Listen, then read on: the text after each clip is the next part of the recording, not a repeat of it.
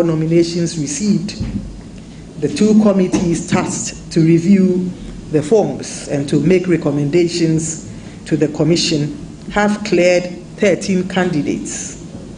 And once again, I'd like to mention them. Mr. Muhammad Bawemiao, New Patriotic Party, Mr. John Dramani Mahama of the National Democratic Congress, Mr. Alan John Kojo Tremanting, an independent candidate, Mr. Christian Kwabena Andrews, Ghana Union Movement, Mr. Daniel Augustus Latte of the Ghana Great Consolidated People's Party, Mr. George Chumberima, an independent candidate, Mr. Nana Kwame Bediaku, an independent candidate, Mr. Hassan Ayarega, All People's Congress, Mr. Kofi Apalu of the Liberal Party Ghana, Madam Ekwe Adonko, Ghana Freedom Party, Madam Akosua Frimpong Kamankama of the Convention People's Party, Mr. Mohammed Frimpong of the National Democratic Party, and Mr. Kofi Kranting, an independent candidate. It is important to note again that all the presidential candidates were provided an opportunity to correct the errors on their nomination forms. Mr. Kofi Asamasia of the People's Progressive Party, he used registered voters in a particular district to support the nomination in other districts. Additionally, he had incomplete particulars of some of the supporters, and he was unable to satisfactorily correct these anomalies, and the committee recommended that he be disqualified.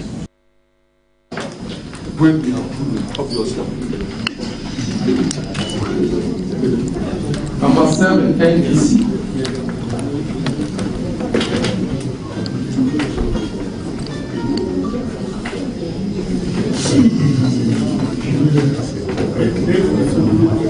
Number 8, LB.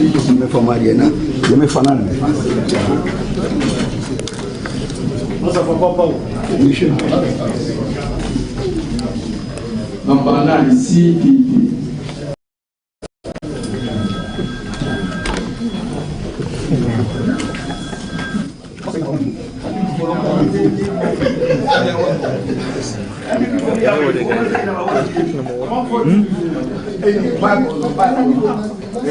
Okay, please. You can now open your box. You can now open your box.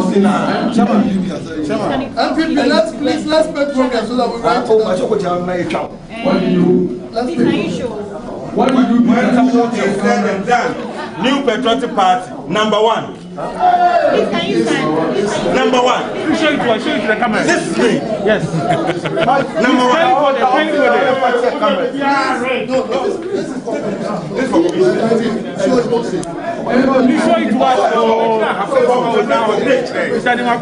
Please show it to us.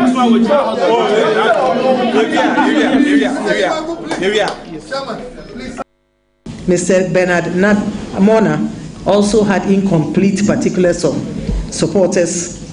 He also used registered voters in a particular district to support the nomination in other districts. His form also contained varying signatures for the same supporters, and in some cases the same signature for different supporters. The committee was of the view that he be disqualified.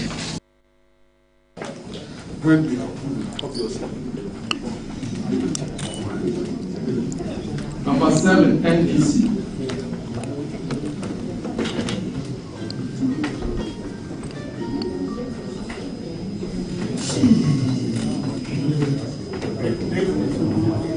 Number 8, LB.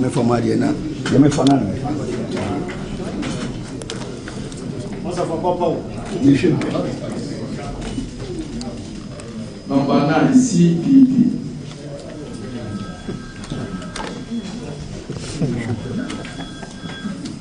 What's the number 1?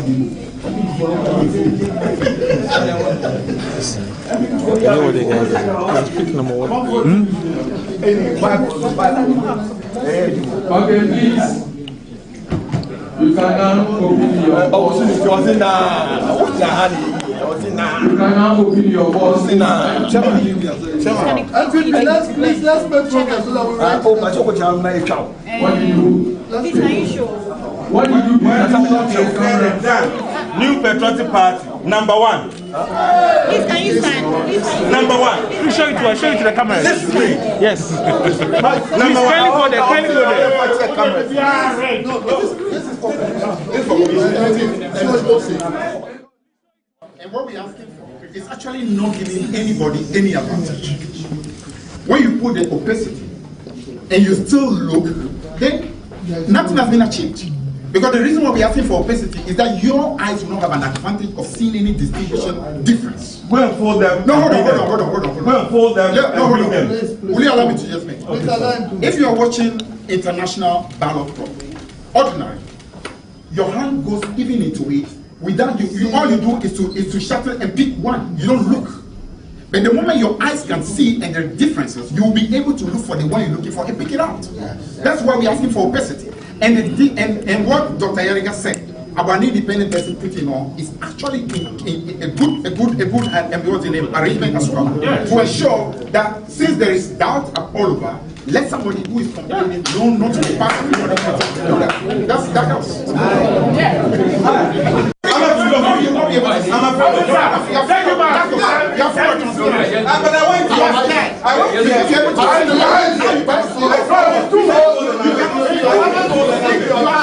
In here, and you're calling for transparency. You wanted to Jerry, it's also please. We need to make progress, please. We need to make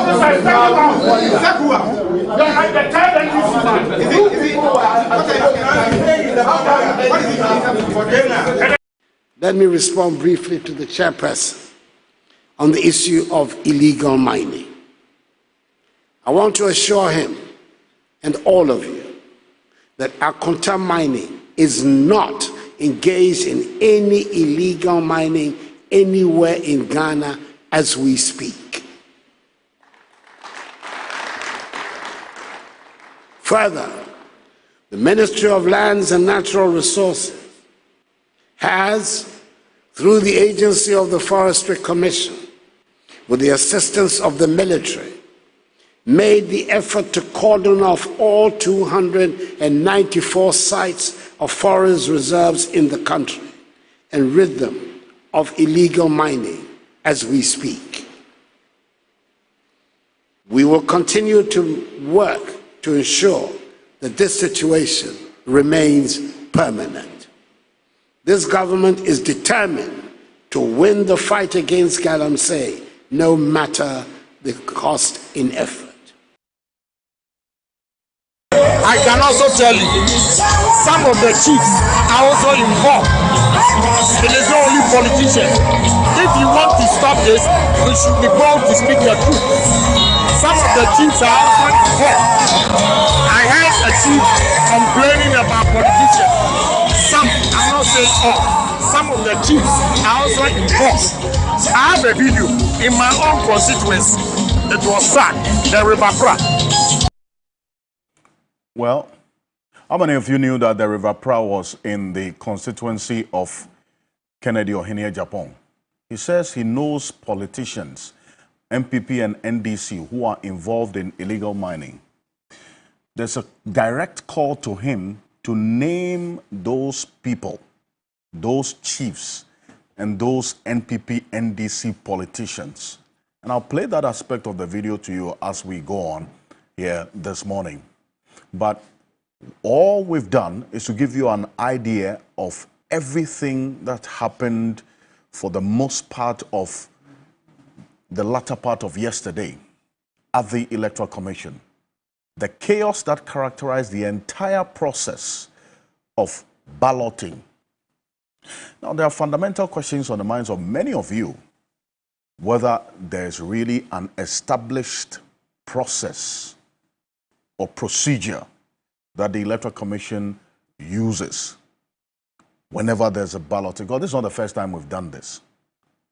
So, what was the reason and the cause of that chaos that characterized everything that happened yesterday, with allegations of irregularities surfacing. The NDC Director of Elections, Dr. Manubuama, was there questioning the integrity of the entire process. NPP's Evans Nemakon firmly pushing back on those claims, setting the stage for what we saw was a fierce battle over the fairness of the entire process. What exactly led to this? Really?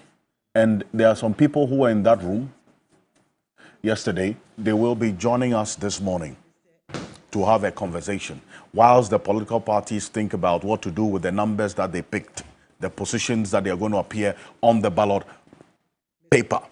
Guess what? We have 13 people, 13 presidential candidates, both independent and on political parties, who are going to seek your mandate on December 7. It's the highest so far we've had since 1992. But then again, is the process of filing the only way to reduce the numbers? Because remember, we had 24 people who eventually returned their forms, as in filed their nomination forms. So there's going to come a time when, if we don't think about what to do next, we may only be confronted with 24 people on a ballot paper. There are people who have some thoughts on what to do next. So in another brewing political storm, the NDC has also given the Electoral Commission a one-week ultimatum that expires in the next 3 days, maybe 3-4 days, to address their petition for a forensic audit of the voters' register. Now, the National Communications Officer has been speaking about this, but today the Director of Legal Affairs of the NDC will be joining me. We'll have a conversation.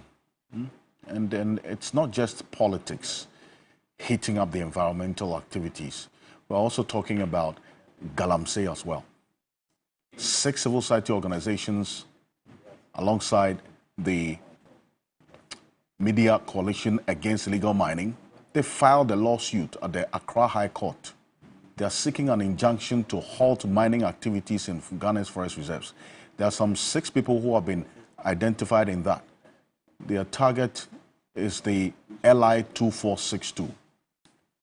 They'll join us. We'll have a conversation this morning. See, when the last tree dies, the last man dies. We're busily destroying our forest cover. They say water is life. We're busily destroying our water bodies. My guests are joining me now. We'll have a conversation after this quick break. My name is Alfred Okansi. Welcome to Key Point on TV3.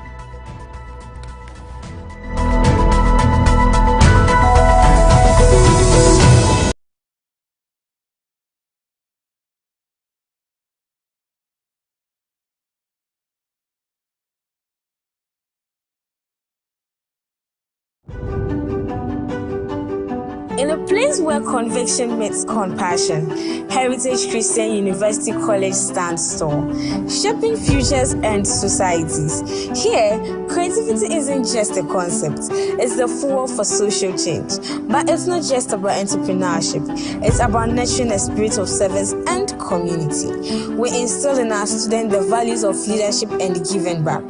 Our graduates don't just earn degrees, they embody entrepreneurship, philanthropy, ethics, and global competence.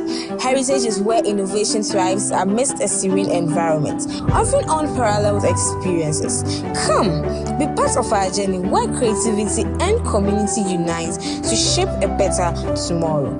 Heritage Christian University College, educating compassionate entrepreneurial leaders.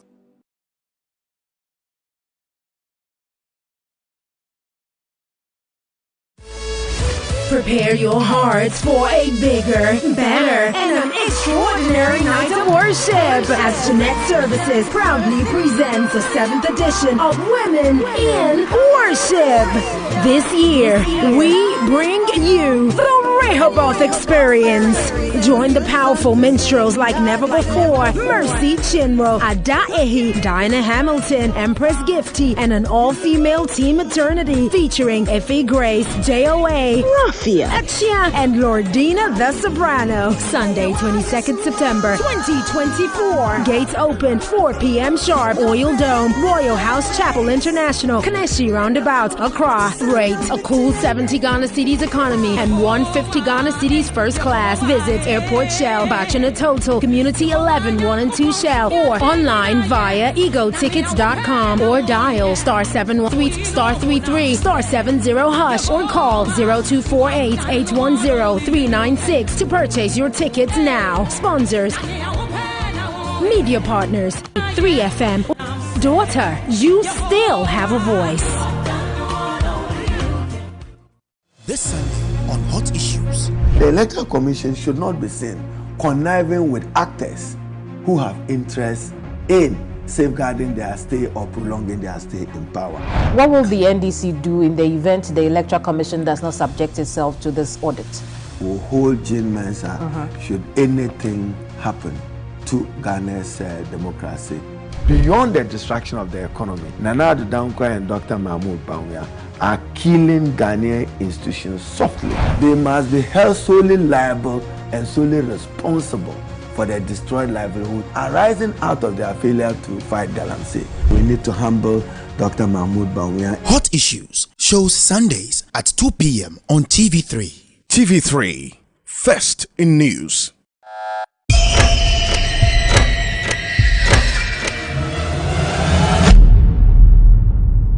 Two years ago, I exposed the grievous conditions of this morgue, hoping for a change. Today, the neglect has worsened and the crisis deepens with no one seeming to care. You are inhaling medicine. Everybody is sick at the mortuary. They are all dying. That is not how a functioning mortuary should be. We don't have a city morgue in Accra. I am Godwin Asideba. Join me as we uncover the haunting truth behind this decaying morgue. Don't miss the shocking revelations in Troubled Morgue. Troubled Morgue coming soon.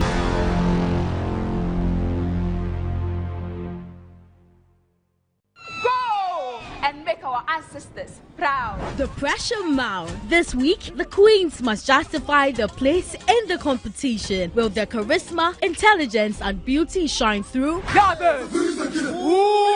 They'll stop at nothing to prove their worth and convince you and the judges, who will impress and secure their place. Don't miss this exciting episode of Ghana's Most Beautiful. Ghana's Most Beautiful. Ghana's Beauty, Africa's Pride. GMB is sponsored by Deluxy Acrylic Paint, Heaven Black Mosquito Spray and Coil, Enapa Foods, Nescafe Blood Tonic, Frutelli Calipo, Reflow Sanitary Pad, Vitamilk, Obuasi Bitters, Global Wings Travel and Tour, Sankofa Natural Spices, MDS Lancet, Polytank. The news never stops. If it's not breaking, developing, the news lends itself to significant analysis, broad context through explainers, and the features that give stories more life. That's what we offer on Weekend Central. News, features, analysis, the full package. Weekend Central, Saturdays and Sundays at 12 p.m. on TV3. TV3, first in news.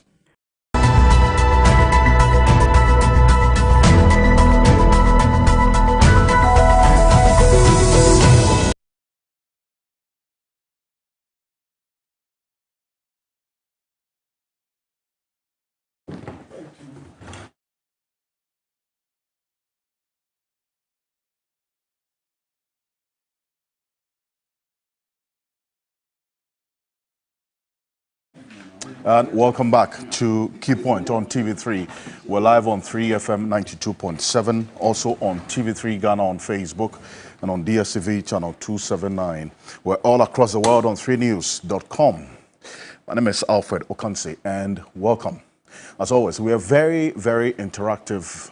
You can always share your thoughts, views and comments, and we do well to read as many of them as possible. And before we proceed this morning, we've got notice of some of the major roads that have been blocked this morning. And that's led to some of my guests being a little late. But fortunately, a number they are coming in as we go on. But some major roads in the capital have been blocked. The police say it is part of their some exercise they are doing. In fact, earlier the thinking was that it was part of this preparation or measures put in place because of the Democracy Hub intended demonstration. The police says that's not the case. They say these are measures they put in place to go through a particular exercise. We have a statement that was issued by the Ghana Police Service. And I think as a result of everything that was happening yesterday, it just went under the radar. But based on the information that we have so far, this is what the Ghana Police Service has put out there, that they are undertaking an exercise which has led to this roads that have been blocked or this information that have been put out. So if you are heading towards, for instance, here at TV3, the road has been blocked from 37, that the Jubilee, right the frontage of the Jubilee House. So you cannot access the road in front of us here at TV3. You would have to use the Kaukudi area. The Independence, the traffic to the Central Business District to Independence Avenue, linking up to the Liberation Road, has been blocked. So you have to use the AU roundabout. The traffic from the AU roundabout will turn at the Osu Castle to the Ridge roundabout to Kanda Highway through to Gold House traffic light. That's Kaukudi. Alternatively, from the AU roundabout to the Castle Road, link up with the local street, and then to the Independence Avenue to Laboni and beyond. So from Laboni and beyond, they haven't blocked any roads there. From the AU roundabout, traffic will turn right towards the 2nd Avenue. And then also to the Ghana International School and along the 2nd Circular Road, that's the Elwak traffic area. The roads have been blocked in that area as well. That is the information. Also, for those of you, the road in front of the Prudential Bank has been blocked from the Ring Road towards TV3. So that is the information coming through from the Ghana Police Service. So these are the roads that have been blocked this morning. So if you don't know the names of the roads, let me just give you an idea, just at least. Because if you're heading towards Accra, if you're sitting in a public transport, they would have to turn around the 37 area and use the Kaukidi Road because you cannot drive in front of the Jubilee House. That road has been blocked. Number of you actually complaining that there wasn't much information about this, but I think the police put out a statement as far back as some 6 or 7 days ago. So that is the information as we have it now, coming through from the Ghana Police Service. So some major roads have been blocked this morning, as of this morning. Well, we're still live here on Key Point on TV3. We're live on 3FM 92.7, also on TV3 Ghana on Facebook, on DSTV channel 279. We're all across the world on 3news.com. So that is the information from the Ghana Police Service, all these roads that have been blocked. But straight into our issues. Yesterday, the Electoral Commission announced the political parties and independent candidates who were able to go through and will be appearing before that's on the ballot papers on December 7. 9 presidential candidates with political parties and then 4 independent candidates. This is the chair of the Electoral Commission, Jane Adokwe-Mensah, yesterday, making that announcement. Take a look.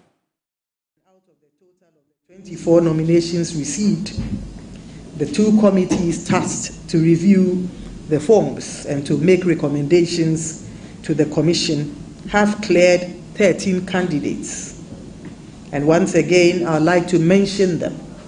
Mr. Mahamadou Bawumia of the New Patriotic Party, Mr. John Dramani Mahama of the National Democratic Congress, Mr. Alan John Kojo Tremanting, an independent candidate, Mr. Christian Kwabena Andrews, Ghana Union Movement, Mr. Daniel Augustus Latte of the Ghana Great Consolidated People's Party, Mr. George Chumberima, an independent candidate, Mr. Nana Kwame Bediaku, an independent candidate, Mr. Hassan Ayarega, All People's Congress, Mr. Kofi Apalu of the Liberal Party Ghana, Madam Ekwe Adonko, Ghana Freedom Party, Madam Akosua Frimpong Kamankama of the Convention People's Party, Mr. Mohamed Frimpong of the National Democratic Party, and Mr. Kofi Kranting, an independent candidate.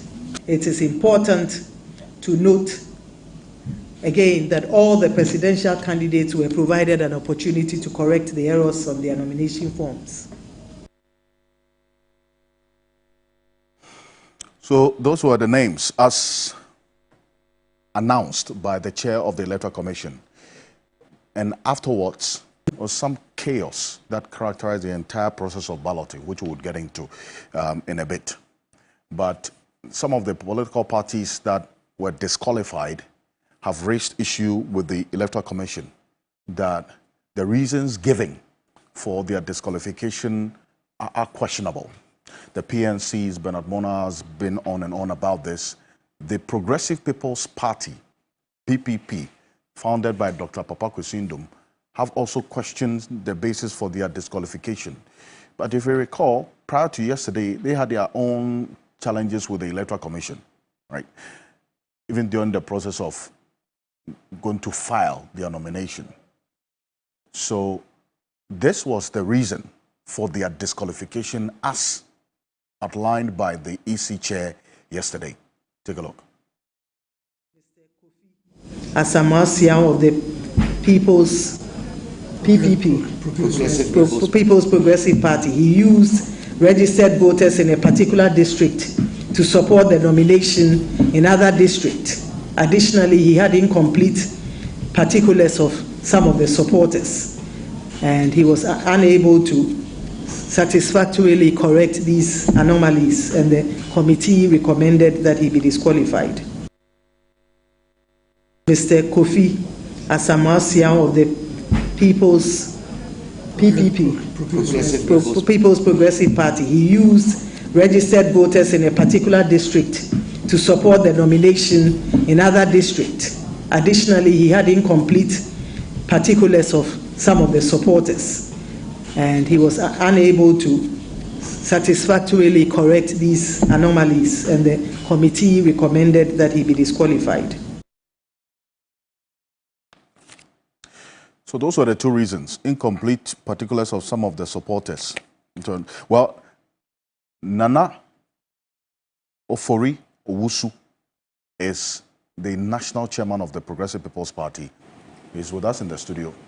Also, the Honorable Andy Apiakobi is a member of parliament for the Asante Achim North constituency. He's a private legal practitioner. I'm sure he was able to file successfully. I have filed. You have filed. Okay. And I'm sure that my colleague here has not raised any objections to mine. He hasn't. I don't think so. Do you have any objections to my application? I would have dismissed it without with cost. Thank you. And council will pay the cost personally. So, Honorable, thank you for coming. Good morning. Also, Gordon Jitamaklo is a private legal practitioner. He's a director of legal affairs of the NDC. Thank you so much. Alfred, good morning. Good morning to your cherished viewers. Good morning to my fellow Akatamansonians. And I encourage them to always remember our beautiful umbrella. You have branded yourself. Absolutely, with a beautiful umbrella this morning. Unique. Nana Ofori Owusu, National Chairman of PPP. Good morning. Welcome. Good morning, Alfred. I'm grateful for giving me this opportunity. And I'd like to just give a big shout out to all my PPP family, that they should be strong. We have seen this before. We were victorious then. We will be victorious now. The posture of the Electoral Commission, we need to address these issues, but the court will be the final arbiter of this matter. You say you've seen this before because you had the same ordeal in 2016. Yes. You went to court, you fought your way through court, and eventually got Dr. Papa Kwesindum back on the ballot paper after he was disqualified. Yes. You are faced with this same situation again this year, ahead of the 2024 elections. These were the reasons given by the Electoral Commission Chair as we head here. So, really, what's the issue? Well, thank you very much, Alfred. You recall that the EC gave last week, not this week past, the week before, the entire week for political parties to submit their documentation for their presidential nominee. We were given a slot on Friday to come and present. We went and we signed in at the front security, where the security was, there was a register. And we signed in at 3:24 p.m. in the afternoon. When we got inside, the electoral commissioners were on a lunch break for almost 1 hour. So after that, the political parties started to present their documentation. We were sitting in the reception when we heard that, oh, so that is the last person, last party to submit. Then we quickly rushed into the conference room. That was during the process of your filing? The process of filing. Okay. So when we entered the conference room, is it Deputy Commissioner Tete or Tete? Samo. Was sitting there and he has squeezed his face. He has squeezed his face as if he had a bone to pick with us. The posture, you can play the video. And as soon as we got there, the man started to say, rant. We have come late. We have come late. The EC time is 5. And we are there at 5:25. So he, as a returning officer, is sounding caution that our documents will not be accepted. This is how the man started off.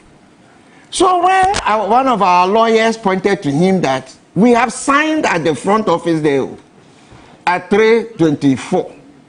We were here when you closed the doors, that you will not allow anybody else to come in. And so for you to say that we have come late, go and check your records. Well, we are going to make a recommendation to the commission. So TV3 reported that PPP had been taken out even at the point of submission because of the posturing of this man and the Electoral Commission. So, surprisingly, Saturday we received a letter from the same Electoral Commission. And the letter is that we should come and pick our documents, and they have found some errors. And so we went and picked the document on Saturday. And we returned the document Sunday at noon.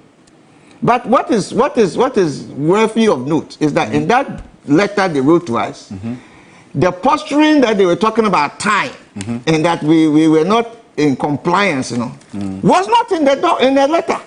Okay, so it means that you reported on here at TV3. Don't worry. So we were there. So we reported what we saw. But so what eventually means is that they took the forms. They took the forms. They went through it. They went through it. And they found errors. They found errors. And they wrote to you. And they wrote to us about the errors. And so this was Saturday. Sunday noon, we returned the documents. And then we put a cover note on it. So there's a cover letter to that effect. So that was Sunday. From Sunday to Friday, the Electoral Commission went incommunicado. All attempts to reach the Electoral Commission to find out further updates on our application and our submissions proved futile. How? They did not respond to anything, text messages, phone calls, nothing. They wrote to you. They wrote to you to correct the errors. No, please. You tried to get to them. Let me find out whether but I'm not in the communication. No. I just want to understand whether in the communication they also told you to resubmit upon corrections and give you timelines. Oh, that's what I just told you. That's why I said that we submitted on Friday. Yes. Saturday they gave us a letter to correct the errors. Yes. And resubmit. We resubmitted on Sunday, 12 noon. From that Sunday to yesterday, Friday, they went incommunicado. You couldn't communicate with them? We did everything. So we woke up. I woke up and I saw my brother Hassan Ayarega had posted a letter on his page that he had received a text message from the Electoral Commission 12 midnight that he should come at 4 p.m. for balloting. And I said, what? So I called all my executives. Nobody had received anything. We tried to call. Nobody responded. So I quickly caused a letter to be written. And I sent the letter to the Electoral Commission and it was stamped. Around 10:23 in the morning. At around 1:16 p.m., I received a WhatsApp text. And in that WhatsApp text, they are giving us the reasons why we did not qualify. And please listen to the reason. I would love to read this thing. Filing of nomination, disqualification from the 2024 presidential election. Remember, this is a response to a letter demanding that they give us a reason, because they are not offered us any reason. But they are written letters to those who are qualified, but they are not written letters to those of us that they claim have been disqualified. I bring you greetings from the Electoral Commission and trust this letter finds you well. On behalf of the Commission, I regret to inform you the following: the review of your nomination form by the technical and IT teams established for this purpose. You unfortunately failed to qualify to contest as presidential candidate in 2024 presidential election. The team identified several errors or omissions in your forms, even though you were provided with an opportunity to correct same. What errors? What omission? What name? Which district were these things done? Then, to our shock, the Electoral Commissioner herself, G. Mensah, with the video you played, gave a different reason as to why we did not qualify. And if you play that video again, you will listen. It is different from the letter they wrote to us that we received at 1:16 p.m. Okay. So and then her press conference at 4 p.m. Listen, please, let them play again. In the letter they wrote to you, what was the reason given for your disqualification? Oh, they said that the team identified several errors and omissions in your form, even though you were provided with an opportunity to correct them. Which error? Which omission? Which page? It says several errors and omissions. Yes. But then again, she mentions the errors. Let's play but that I'm saying that when you write a letter, don't worry. So I want us to identify that when the official communique from the Electoral Commission, per the letter that they wrote to us, is different from her verbal communique. So how come she did not read this same communique? Okay. So essentially, let's listen to the audio. In the letter they wrote to you, they didn't detail your errors. And what she also said, there was no specific errors you had committed or the omissions. Let's watch a video. Oh, okay. And let's hear from the EC quickly. Mr. Kofi Asamasia of the People's PPP, People's Progressive Party. He used registered voters in a particular district to support the nomination in other districts. Additionally, he had incomplete particulars of some of the supporters, and he was unable to satisfactorily correct these anomalies, and the committee recommended that he be disqualified. So when you listen registered voters in particular districts were used in other districts. So I ask you, yes, why so why was this not listed in your official communique? Okay. And then when she says that districts, this vague statement, it's a very vague statement. Do you know why it's a very vague statement? Okay. Because in their original letter that they wrote to us, the first one, listen to what they said. They said that incomplete particulars of supporters, pages 1, 2, 3, 9, 24, 27, 29. They listed specific pages. So how come when they are now asking the reason for why you did not qualify, don't you think you owe it to be able to tell me that A, B, C, D was done? And that is the reason why you give a generic template. And you say this thing, and you think this is going to hogwash. Okay, so what are you going to do? So what they did was they truncated my natural right for justice. Here you are. I have applied. You have identified some things. But listen to, but then even the letter that they wrote officially, they never stated what was wrong with page 1, page 2, page 10, page 20, page 23. Because if you take page 1, you have several openings for us to fill. So when you just give me a document and you say page 2, page 3, go and correct your error. Which error? Okay. Which error was identified by the Electoral Commission in the letter that was given to us? And then in the subsequent letter for dismissal, which error did they identify? And why was it not presented in the letter? And so you write one letter, you come and you say another thing. These two things are at variance. And the same thing happened in 2016, and the court went against them. It's the same posture. You cannot say that you won't give me a hearing for me to be able to identify or speak to me, to give me specifics, for me to have my day in court, so to speak. Then you go and you take air-conditioned decisions. And these air-conditioned decisions, you do not make it known to me what I have done wrong. Don't you think if a court is sentencing you, they will say that you are a specific charges that they will give you? Did you hear any specific charge?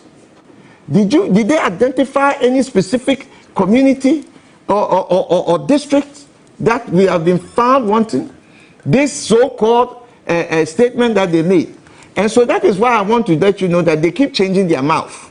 In the beginning, they said that we did not submit on time and we were disqualified.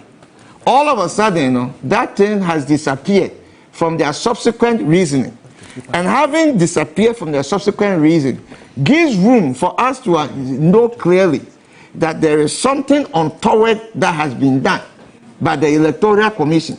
And because they truncated my right to a hearing, or the authoring party, they did not give me the opportunity. They did not put my charges before me. Okay. But then you say that I am guilty of what? So we definitely have consulted our lawyer. As I speak to you, first draft has been done. By Monday, the draft will be complete. We will file on Tuesday because Monday is a holiday. And we are not shaking because we have seen this before. This type of posturing. Right. That you see, and I went on a demonstration with the NDC in asking for the audit to take place. I issued a statement also in support of that. Okay. And the speculation is rife. Speculation is rife that right now the Progressive People's Party, we are also an enemy of the Electoral Commission. And they are trying to frame us. Because of what? They are framing up stories. Because if you read their reasoning and you listen to the reasoning, two different, then you listen to what Commissioner Tete said in terms of the fact that we cannot submit. They keep changing the goalposts as they go along. So you're going to, and they are inconsistent with what is it that they are trying to tell us. Okay. What the Electoral Commission is doing, we are not afraid of any Electoral Commission. They are a creature of the Constitution. They are there to help us, as the Supreme Court had ruled in 2016 in support of in affirmation of the High Court ruling, that they are not there to say play a police role, that I got you. They are there to support us through the process. And I am saying that my rights were truncated. We were not given a hearing. And the Electoral Commission doesn't even know the name of the Progressive People's Party. The People Progressive Party is not our party. It's not our party. It is the Progressive People's Party that is our party. And if it is a shame that you don't even know the name of the party, and you come here and you make this bogus statements, and you think that we are going to accept this, never. All right. And the court has vindicated us before. It will vindicate us again. Now for real also is the national chairman of the Progressive People's Party. They have decided to go to court to challenge the disqualification. In fact, they are not alone in this. That the PNC has also decided they're going to go to court to challenge their disqualification. In 2016, Dr. Ndum was disqualified from this process because, according to the Electoral Commission at the time, that the number of subscribers to his forms did not meet the requirements of Regulation 72B of CI 94. Almost the same reason why they find themselves in this situation now, again. You know, in the Electoral Commission at the time, I recall, they said that one of your signatures, they mentioned the name, endorsed the form with a different signature. They mentioned the name, one Asida. So, yes. But so this one, have you heard them mention any name? Okay. Have you heard them making specific reference to any constituency? Right. Have they given us any district? There's no detail. You come and you give us some obtuse type of statement that does not give us any evidence whatsoever to support their claim. So remember, they have come up with three reasons. First, they said we did not meet the time. And when we disproved them by showing that we had indeed signed in at the registry at 324, they quickly pulled back on that one. And now they are bringing in, then they say, they give a statement. And the statement that they give is so vague. So they decided now the commissioner comes at 4 o'clock and gives a different statement from what they wrote to us. Well, so look at these inconsistencies all along. And truncating our right to defend ourselves. Okay. Now, let me acknowledge the presence of Martin Pebu, is private legal practitioner. He is a leader of one of 3 individual bondholder groups. One of the days, in fact, next week, we'll have a big conversation on the bonds and matters arising, because there's some very interesting developments on that front as well, which I am looking into. I'm looking into. Bills. And I need some more information on it before we proceed. But Lawyer Martin Pebu, good morning. Welcome. Thank you, thank you. Let me greet Gamanche on the Cecilia Dapa matter, right? Yes, Kentucky, Nite Kuchuru, right? Good morning, thanks for wading in. We expect more missiles from you. And of course, Osiadio Ajimambedu II, Domahini, also good morning. Yes. Thank you. Thank you very much. And I know you also, were confronted with the ordeal of the roads that have been blocked this morning. Absolutely. So, I've been running around. Exactly. I had to run around. Yes. So with this situation now, we are very much aware of what's going on. We put it out earlier. So Professor Kweku Azare is going to be joining us as well. He's a Democracy and Development Fellow at the Center for Democratic Development, CDD.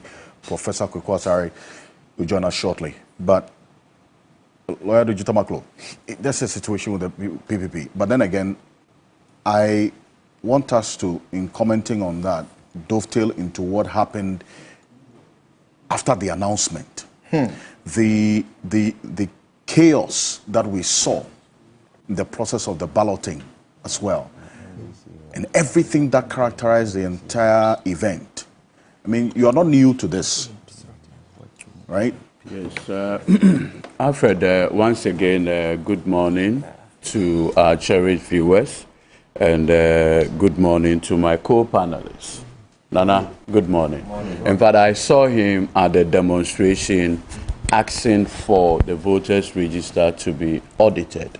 And so far, it is the MPP that is against the audit of the voters' register. The only reason why they can take that position is that they have something to hide in the connivance with the Electoral Commission. But whatever it is, the register will be audited. Now, with that said, Alfred, it's only important that I thank the regional executives of my party in the Oti region.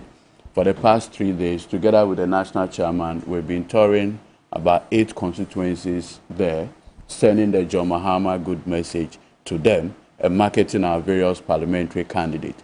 And the reception has been so excellent, with Chairman Japon Kujo leading the charge. That said, you see, Alfred, is it not curious that we have an electoral commission that its work has been characterized by errors, punishing somebody for errors?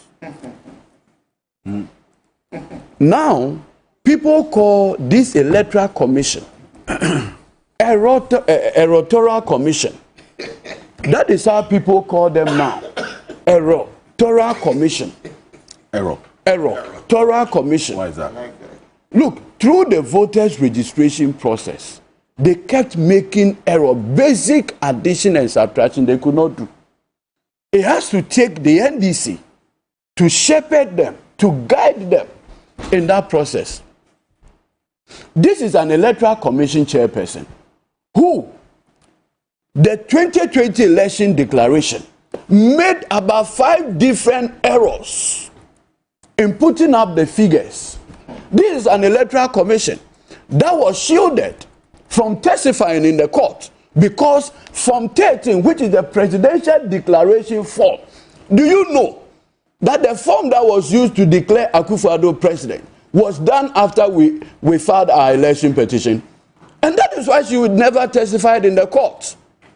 And such an electoral commissioner has the courage to punish somebody for errors. But you see, like I always say, institutions should be built on principle. Look,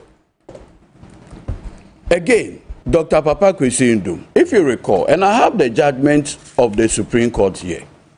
Was it in 2016? Yes, that's the Republic versus High Court, Commercial Division, Expert Electoral Commission, applicant, Papa Kwesi Ndum, interested party. The ruling of the Supreme Court dated 7th November 2016. And this is what the Supreme Court, presided over by Justice Sophia Adinyina, had to say at the concluding end. He said, look, before the Electoral Commission could take such a decision, they must give a hearing to the person that they want to take the decision against. In fact, the Supreme Court indicated that the motto of the Electoral Commission is transparency, fairness, and integrity. Fairness here connotes the opportunity to give somebody the hearing if errors exist and the benefit of correcting same. And so the Supreme Court unanimously ordered the Electoral Commission then to give the PPP, Dr. Papa Kwesi Ndum then, the opportunity, as it were, to correct, if any, the mistake. Now you have an Electoral Commission where in this instance, you don't tell the person exactly the mistake. If you don't tell me the mistake, how How do I correct it, Madam J. Mensah and your commissioners? Madam J. Mensah and your commissioners, you should point out that on the basis of either this signature, on the basis of this incorrect voters register, voters ID, or ABCD, we have taken this decision.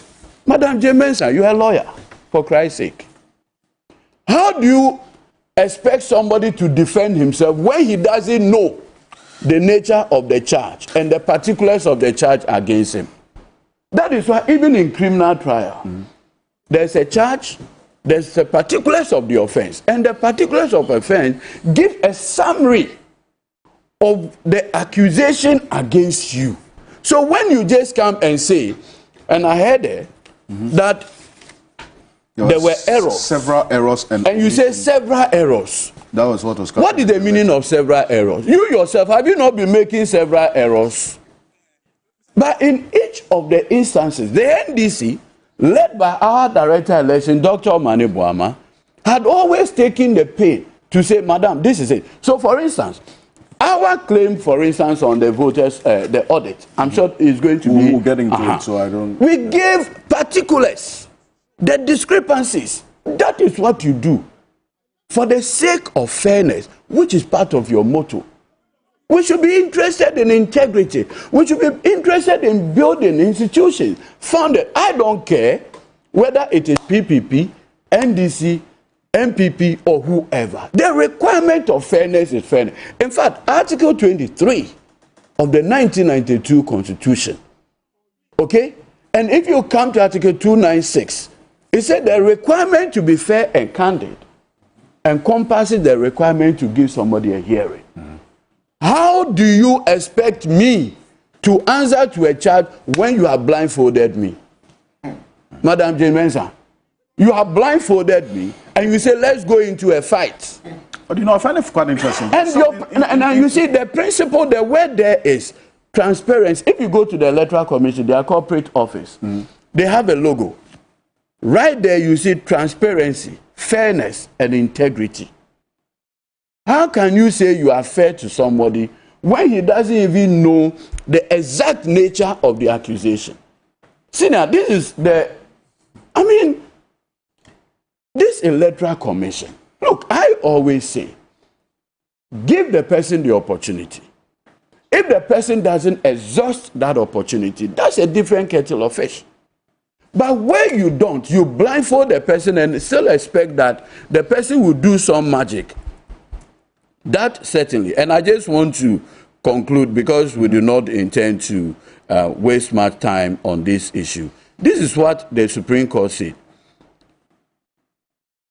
It said, consequential orders in appropriate cases to afford candidates the opportunity to comply with Regulation 9(2) of the Public Elections Regulation 2016 CR 94. It has been amended.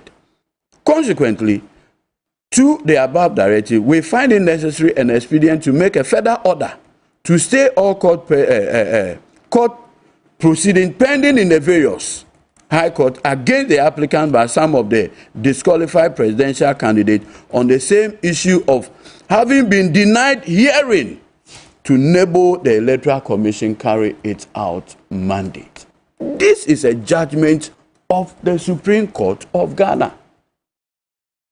I know my senior Justina Menuvo is the lawyer for the Electoral Commission. Senior, this one, we want to have a smooth election, devoid of all the troubles.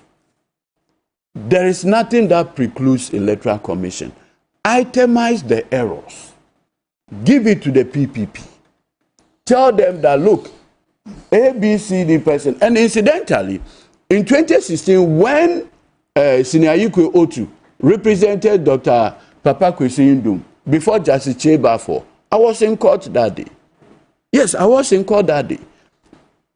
The issue had to do, even that time, Madam Charlotte said, indicated the nature of the errors. Even that one, the court said the failure to give them a hearing before taking that decision was an error.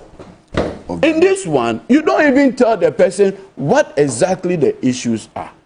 Madam, I beg you. You and your commissioners, you are giving Ghanaians too much wahala already. We want an election that will be free, fair, transparent. Thank you. Okay, well, thank you. Now, but you see, Counsel Andy Apiakubi, in fact, I have 3 lawyers on this platform this morning, so yes. But I'll be joined by another. Professor Kwekwasare is joining us on Zoom right now. We would welcome him in a bit to the conversation. But, Mr. Apiakubi, yes, the Electoral Commission, in some instances, actually yesterday, we covered it, so I was in the studio over the period. They spent, in some instances, they detailed the errors that the political parties had committed when they wrote to them. And the parties were able to correct those specific errors, got back to the commission, and they got themselves onto the ballot papers, at least after satisfying all the requirements. Because the EC commissioner herself detailed that we found this error, we wrote to these political parties, they corrected them, brought them back. But in the case of the PPP, we only are saying that that did not happen. I mean, I don't know how that strikes you, but from where you sit and the concern that have been raised, because we have a copy of the letter that EC wrote to the party as well, not specifically detailing the errors they have identified. All right.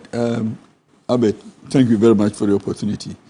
Let me start from where my good friend Godwin left off. And indeed, it was on a good note that we expect everybody to participate in a very smooth and fair elections. In fact, it's the topic that I want to start my submission on. Indeed, all of us as Ghanaians, we have only Ghana as the country to live in. And therefore, it's important for all of us to participate in this transparent, smooth, and fair election. So I commend him for that.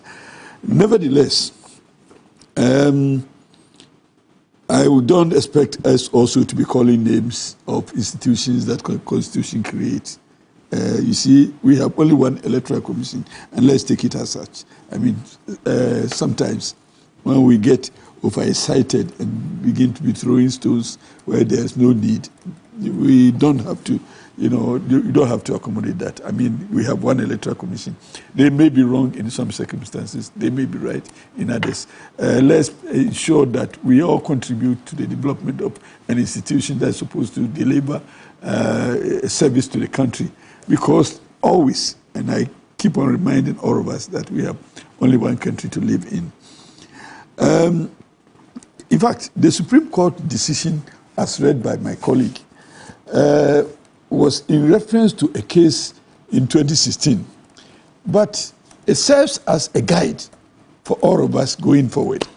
And indeed, the natural justice principle is one that every lawyer knows and would always require to be satisfied. So I think that the Supreme Court was only just reminding us of a principle that is the basis of all laws, that give all parties a hearing. And in this case, if the party came before you and you said, you did not, you did not do A, B, C, D, you should give him the opportunity to also, explain why and how. At the end of the day, you have still the right to take a decision based on the balanced opinions expressed by the parties. So if I'm saying if, because I wasn't there, if they were not given an opportunity to be heard, then obviously you go back to the courts. The courts will say bring out a verdict like that. So why do we wait until that time? So I think it is not too late. We can always right the wrongs in the process. But again, if they are given the opportunity and they cannot fulfill that which they have to do, then a decision will follow to their disadvantage.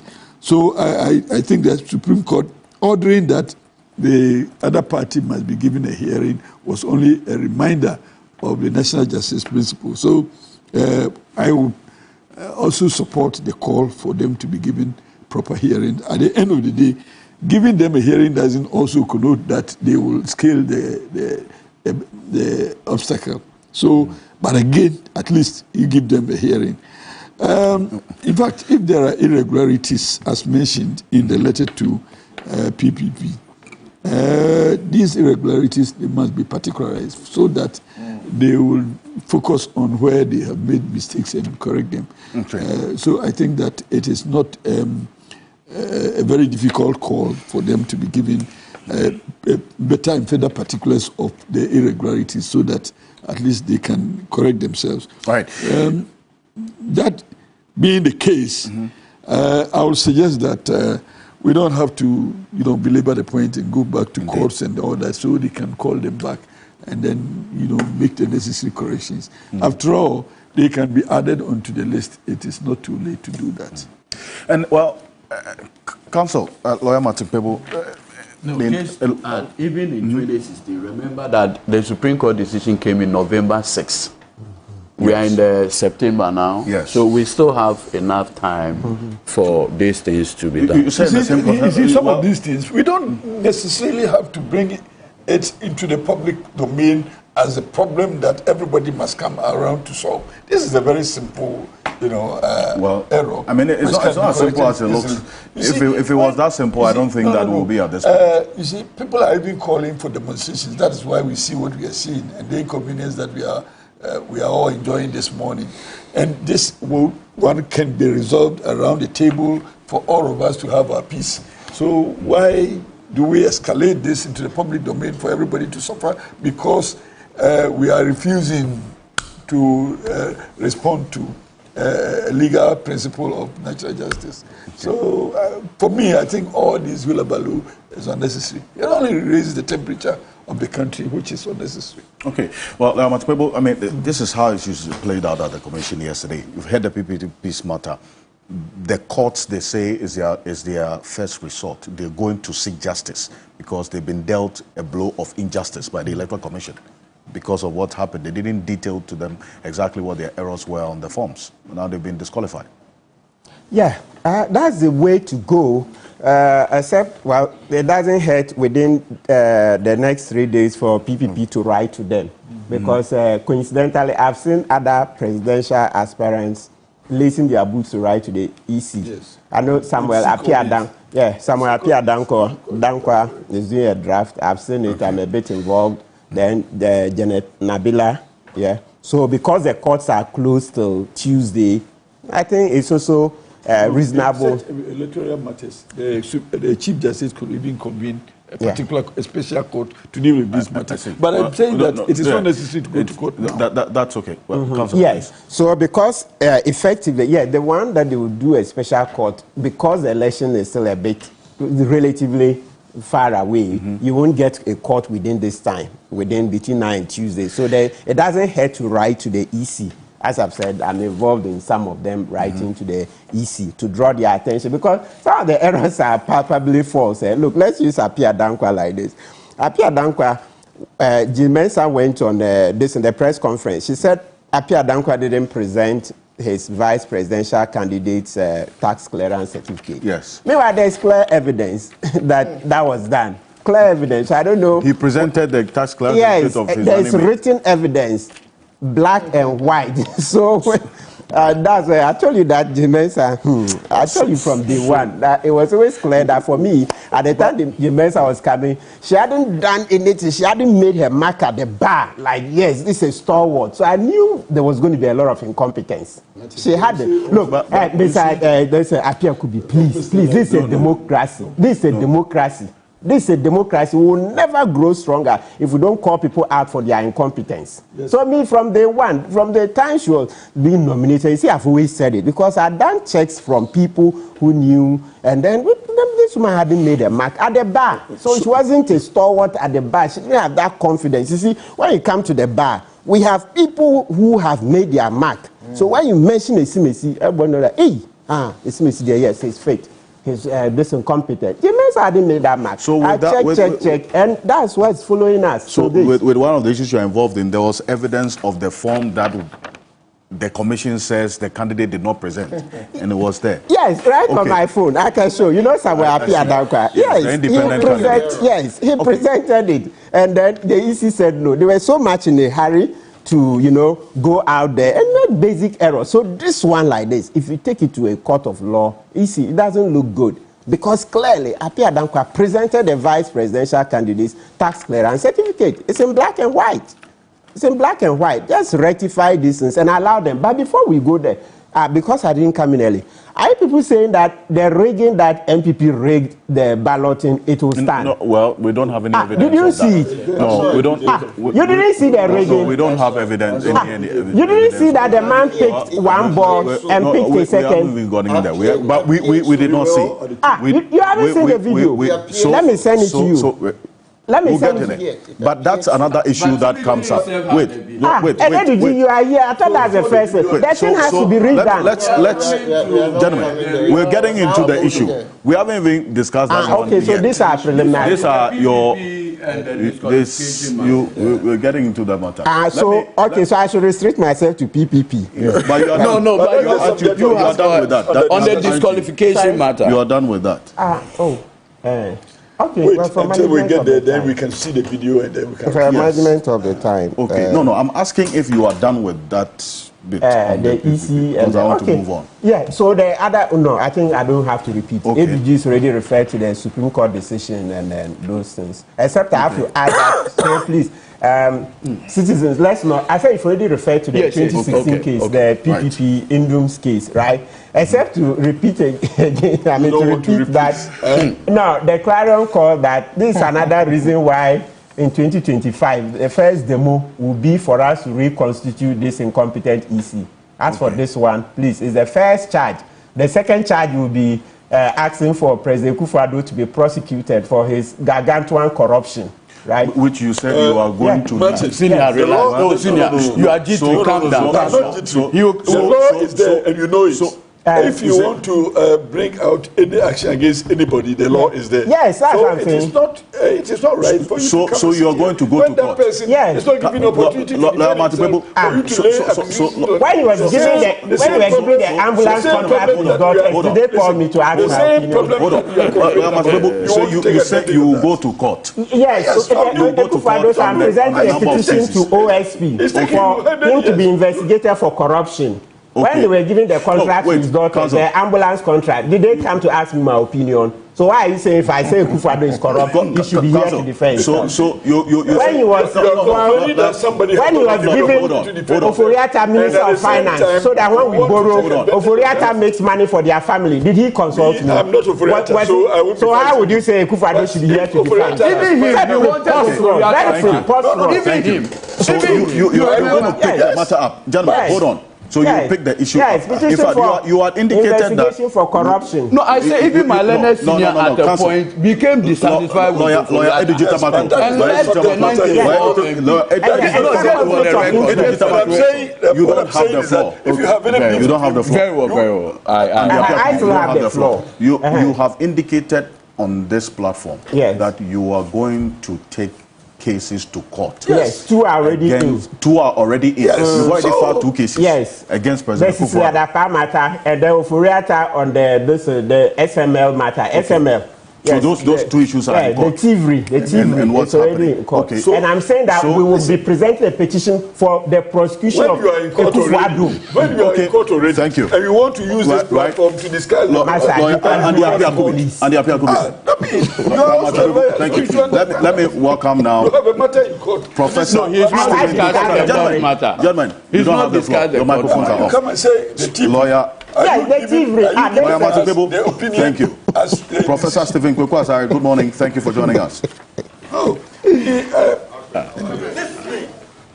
Hello? I cannot hear you.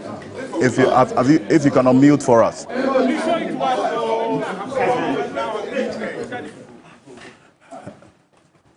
Hello?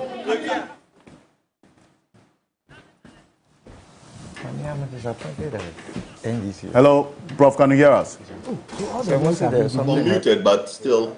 Yes, I can hear you. I can hear you now. All right. Thank you very much for joining. Good morning. How are you? Well, thank you.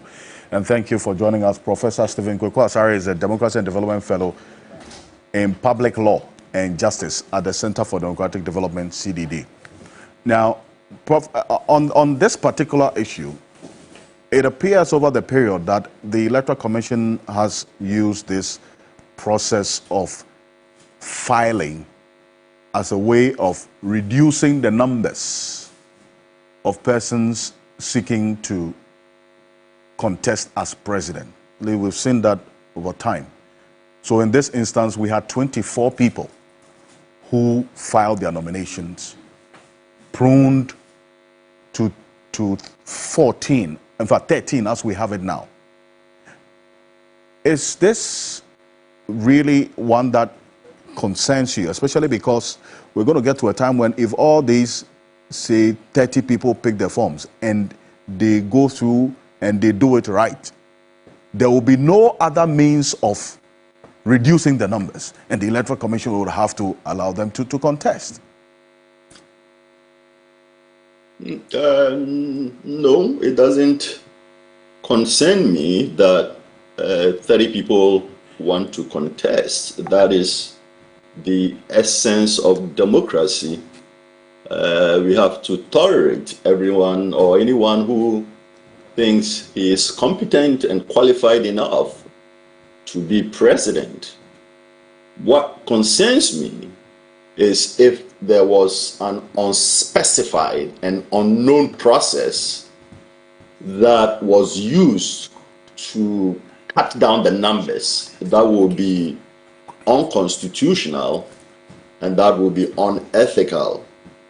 Now, this whole notion and exercise of disqualifying people and they going to court, it's almost become a ritual, a funny ritual.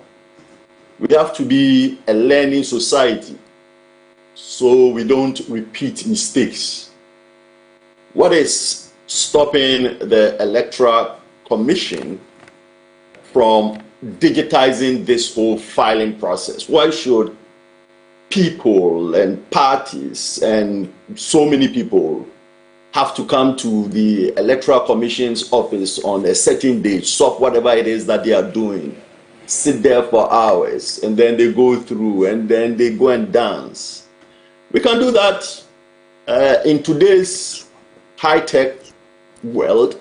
We can do that digitally, and the EC can then audit the submissions and instantaneously or within a few hours notify the party that your application is complete and you have been admitted as a candidate, or certain documents are missing, and so update these documents so that we can expedite the process.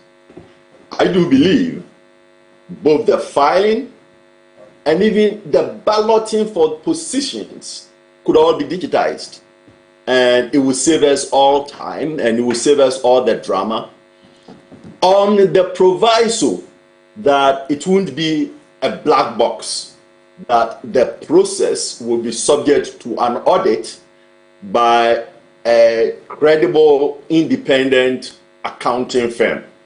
So you see that anytime, I don't know whether the practice is common in Ghana, but it's very common in the US, that on weekends when they are going to announce the lottery, it is announced by some accounting firm. That gives people the comfort that there is no rigging because the process has been subject to an audit, and the auditors are giving us reasonable assurance that whatever process has been marketed is indeed being followed. So my submission in brief is we shouldn't be afraid of many people running, because that's the essence of democracy. We should evolve to use a process that is less cumbersome and that is less prone to errors. Digitization is the solution. And then third, even the balloting can be digitized. And a lot of these rituals will be cut out. And we talk now, about in terms of the people who have been disqualified, we've all been there before. We know they will go to court, and then the court will say, yeah, allow them to do it.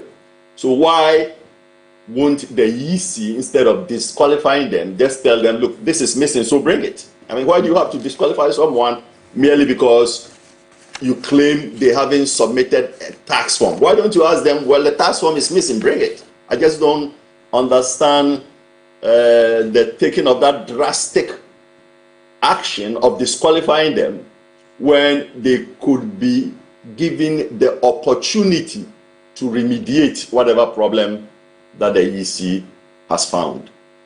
And on that point that you make about the balloting and introducing digitalization in the process, and we're in that era, so you would expect that the EC will catch up. The process of balloting was as chaotic as we really couldn't have imagined.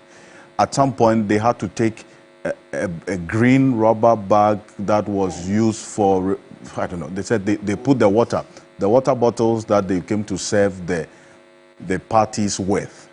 That rubber was what had the water in.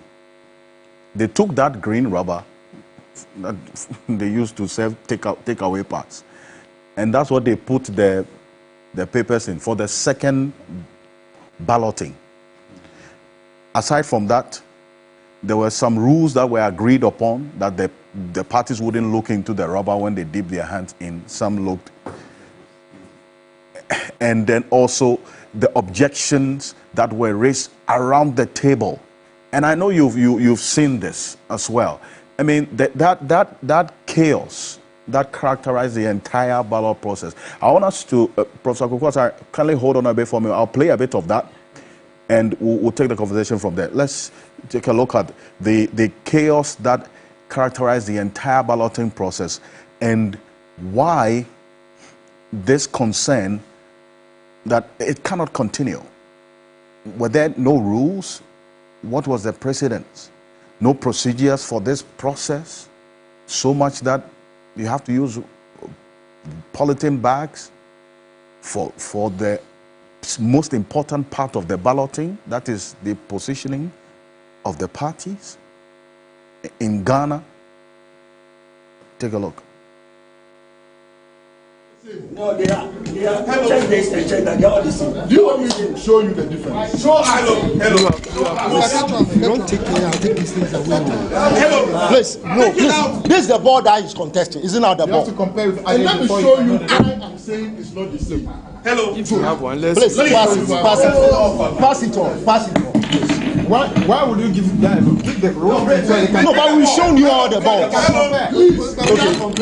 Take that. No. Put in the ball. Bring the ball.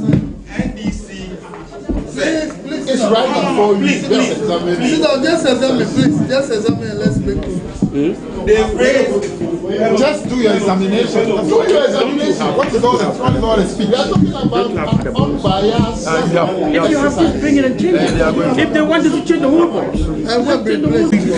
Well, so this is just a piece of the chaos and the confusion that we saw there. As if that was not enough. I mean, at some point, we're calling for, instead of the transparent balls, they were calling for opaque balls, because some of the people there indicated they could see the numbers in the balls and the concern that were raised. I want to take a look at the other side of the chaos that we saw as well, and that has raised, some suspicion. The green rubber bag you see there is what I was talking about. Look. Number 9, CPP.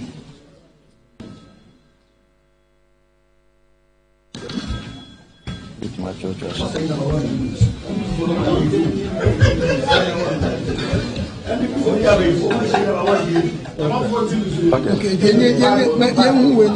see this. Okay, please. You can now open your balls. You can now open your balls, please. NPP. Let's make progress so that we write it down. What did you? Let's make progress. What did you pick? Can you show it to the camera? New Patriotic Party, number 1. MPP number 1. Number 1. This is me. Yes. Number 1.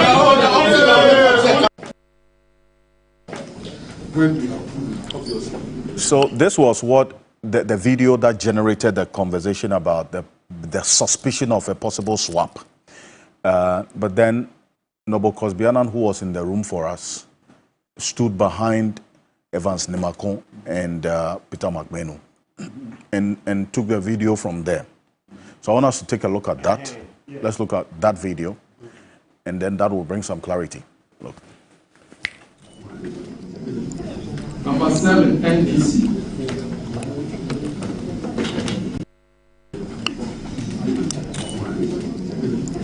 Number 7, NDC.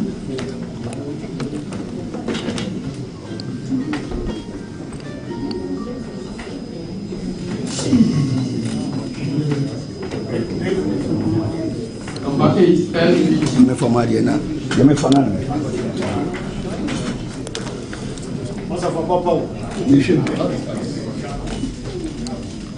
Number 9, CPP.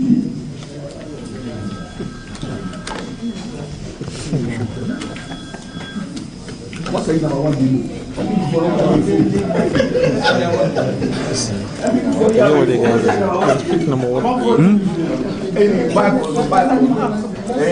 Okay, please. You can now open your box. You can now open your box. Let's make progress so that we write. What do you? Please, are you sure? What did you do? Number 7, NDC.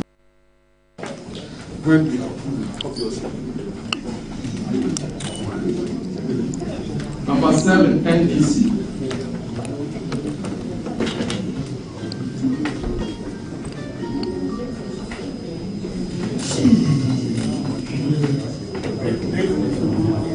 Number 8, LVG.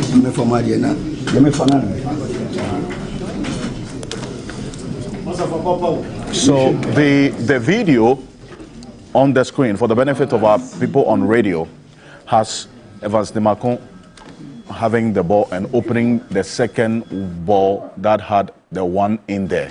It was the first video that, with the angle it was captured, depicted that, oh, there was something suspicious that had happened.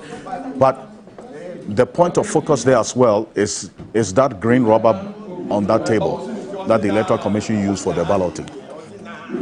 And then also the rules about they not looking in. Professor Kwasari, so this is why I bring you in, and the chaos that we've heard and what you've seen as well in this entire balloting process, which you said at this point there should have been some improvement in the systems, in digitizing it, is it not?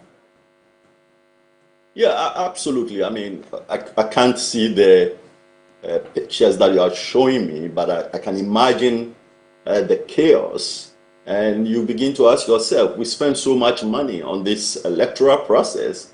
Can't we figure out a better way to do these things without all this fanfare and chaos and shouting and fighting? What concerns me even more than the chaos is what I think could ultimately lead to the negation of everything that was done with respect to the balloting.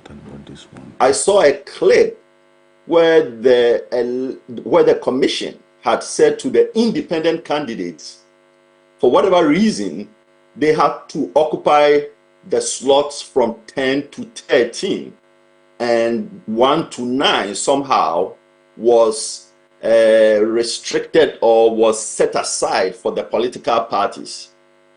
In my mind, there's no lawful basis for this treating candidates differently depending on whether they are from a political party or whether they are independent candidates. In fact, when I look at the names of the parties, I play this game that there are actually 6 political parties, 2 congresses, 1 movement, and 4 independent. So going by what the commission was doing, perhaps The parties will go first, then the congresses, then the movement, and then the independent. No. Each of these people are running to be president, and you have to treat them in the same way. If this matter is litigated, I have concerns that what the commission has done will not stand muster, and probably they would be asked to redo it, treating all the candidates the same way. I think one of the independent candidates, questioned why that was being done. And as usual, he wasn't given a good reason. He sat down and accepted it. But I think it is something that should not have happened, and something that in my mind is serious enough that it could put this whole process into doubt and into question. This is all because we don't have protocols. See, there should be protocols for balloting that is agreed upon way before the balloting is done. And second, like I said, look, once you have protocols, this whole balloting, people need not be there. It could be done on TV for all of us to see, using an independent auditor who is drawing balls from a machine, like they do in many places, including when we are watching soccer and they are balloting or they are indicating who will play against who. You don't have all the teams there fighting. I want to be here, I want to be there. They just show it on TV.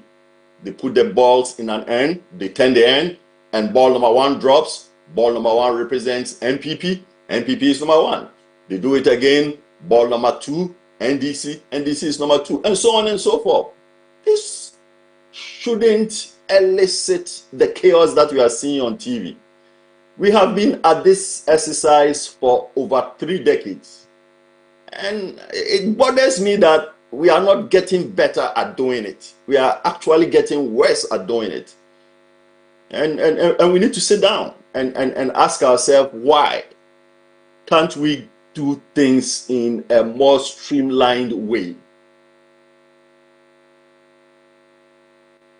We've been spending time on this matter, and with that highlight of Lawyer Digital McClough, what the Electoral Commission had to resort to in the bid to make the process opaque, none other than a rubber bag that concerns so many people, and those of us who are sitting back looking at it. But is it the case that there are no protocols or rules governing this process? So look, we've all had the benefit, and like Professor Stephen Asari had given the indication, after 32 years of practicing this democracy, we should be appearing as growing. You see, there should be some appearance of growth. We've all had the benefit of watching UEFA draws and many other such events. How are they done? How are they done in such a way that ultimately the whole world is watching the process? You see, I've always maintained that if you watch the Electoral Commission, again, its motto is a transparency. Alfred, when I come to you and I accuse you directly that, Alfred, you have taken something from me, and that is why you have your fist. The only way you can show me that it is not true is to open up. So if you continuously do things in opaque manner, it doesn't give that confidence.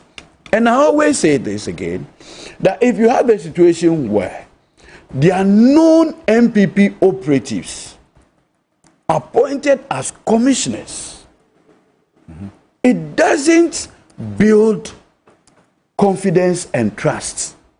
Look, my senior year, Andy Apiakubi, I go into an election with him.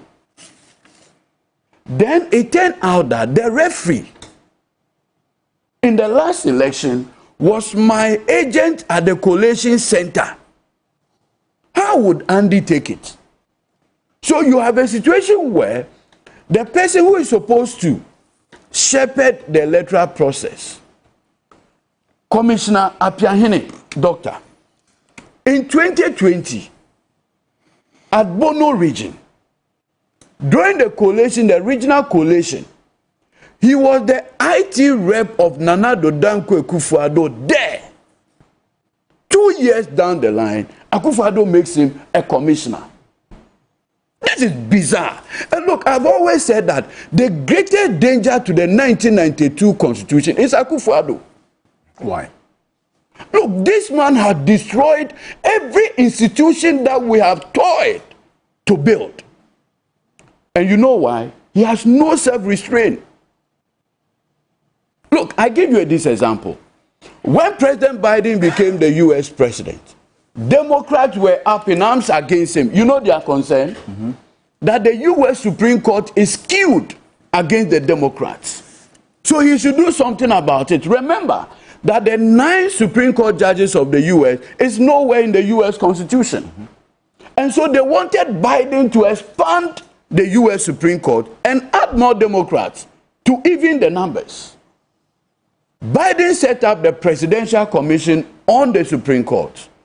Among all the far-reaching recommendations included the fact that the court can be expanded in terms of the number. Biden had resisted the temptation. Even though his party people are calling, Akufo-Addo is not like that. Look, Akufo-Addo operates like a typical mafia boss. He wants 2 things, control. And so, he knows there are 2 people who can check him as a mafia boss, the court and then the police. And so the court, you will pack it. The police, you will make sure the police will be on his payroll. Yeah. So he can continue with his criminal enterprise. That is what we are seeing a semblance of it. Look, Accra House of Folk is going to play ball with Kotoko. And then the referee at the middle is a known Accra House of Folk supporter. Would Andy Appiah could be permitted? But it happens all the time. I'm coming there. I'm coming there. You see, so you have a situation where Akufo-Addo's deliberate bastardization of constitutionally independent agencies and bodies has become the most potent danger to the 1992 Constitution. And that is why Ghana requires a reset. You can't upgrade this mess. You can't continue on this path of mess and danger. And look, you see, if you look at this whole balloting, the reason why there was so much suspicion, and I want to salute Dr. Mani Buama and the General Secretary Fifi Kweti. That is what brought some sense of, sanity yesterday. Because, you see, you have a situation where balls are marked so different from others. Why? It undermines fairness, which is contrary to the motto of the Electoral Commission. And so you have a situation where Dr. Mani Buama had to call the attention of the Electoral Commission that, look at this particular ball. It is so marked unique from the others. Why was it done? And look, the reason why this concern was raised about not looking into the rubber was that, you see, when somebody pre-arranges with you color or unique characterization of the balls, it gives you an added advantage. But when the ball is closed, I mean, like in the polythene, you only dip your hand into it without the benefit of seeing what it contains. Whatever pre-arrangement you have, the person will completely be gone. In this particular instance, if you watch carefully, when Evans Nimaku went into the ball, he had the benefit of looking right into the box. This is the rubber. I mean, sorry, the polythene. You see, these things raises suspicion. Where especially you have Dr. Apiahene at the commission. Who is Dr. Apiahene? You don't know him. I don't know him. No, well, he's a member. Yes. I'm surprised you don't know him. That's hold on. That is the Tescom petrol for the University of Natural Resources. I haven't been there before. I'm providing you this information. In the 20, in fact, he's a known MPP communicator. We do radio and TV with him. And Kodeo is on record to have said he should the appointment be revoked. I'm even coming there. I'm even coming there. Assuming no, senior, hold on.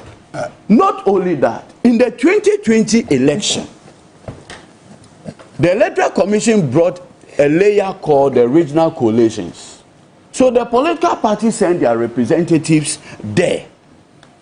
Apiahene was Akufo-Addo's rep at the collation center. Then you say it is normal for him to now be the independent umpire, referee. Senior, is that the democracy you people are encouraging? Is it because today it favors the MPP since 1992? You think we didn't the Electoral Commission that we have had were not known party operatives. Please hold on.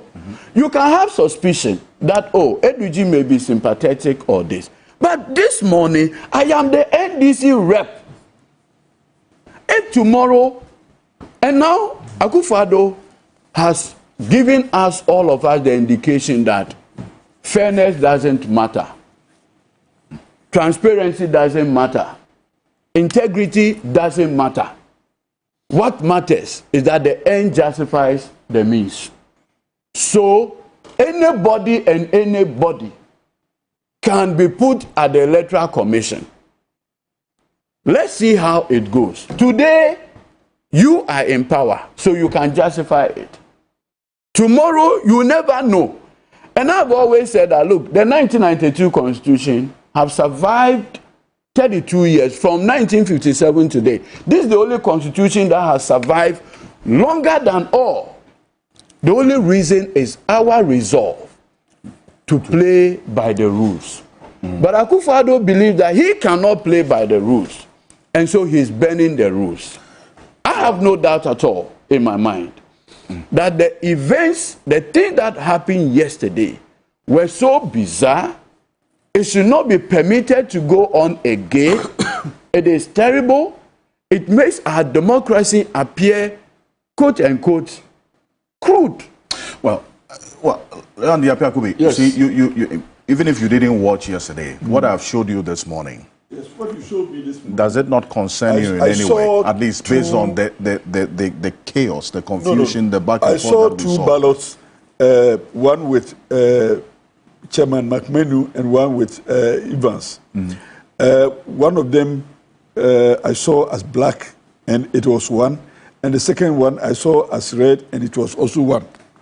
I want to believe that the black one was the earlier ballot picked by Evans for the selection of the parties to pick. And the second one was the ballot picked by Evans again for the position on the ballot paper. There were two and ballots. Both of them were indicated one. So it confirms my belief that Evans picked one for the role of picking, the order of picking. Evans again picked one for the order on the ballot paper.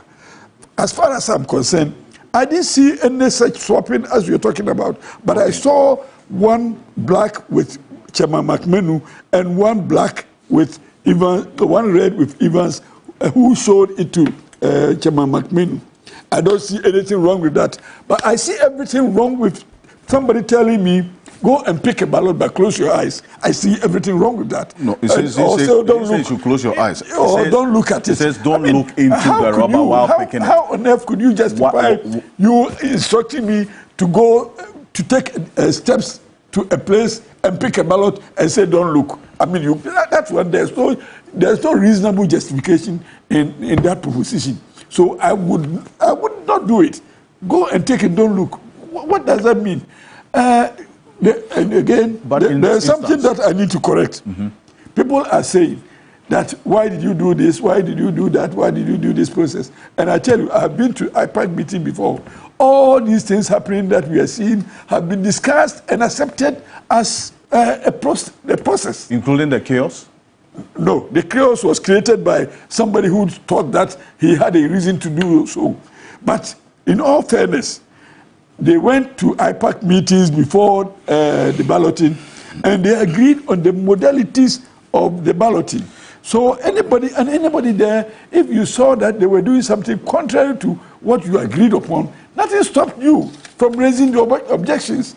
And we are sitting here and we think that we saw better than those of them at the round table. That cannot be the case.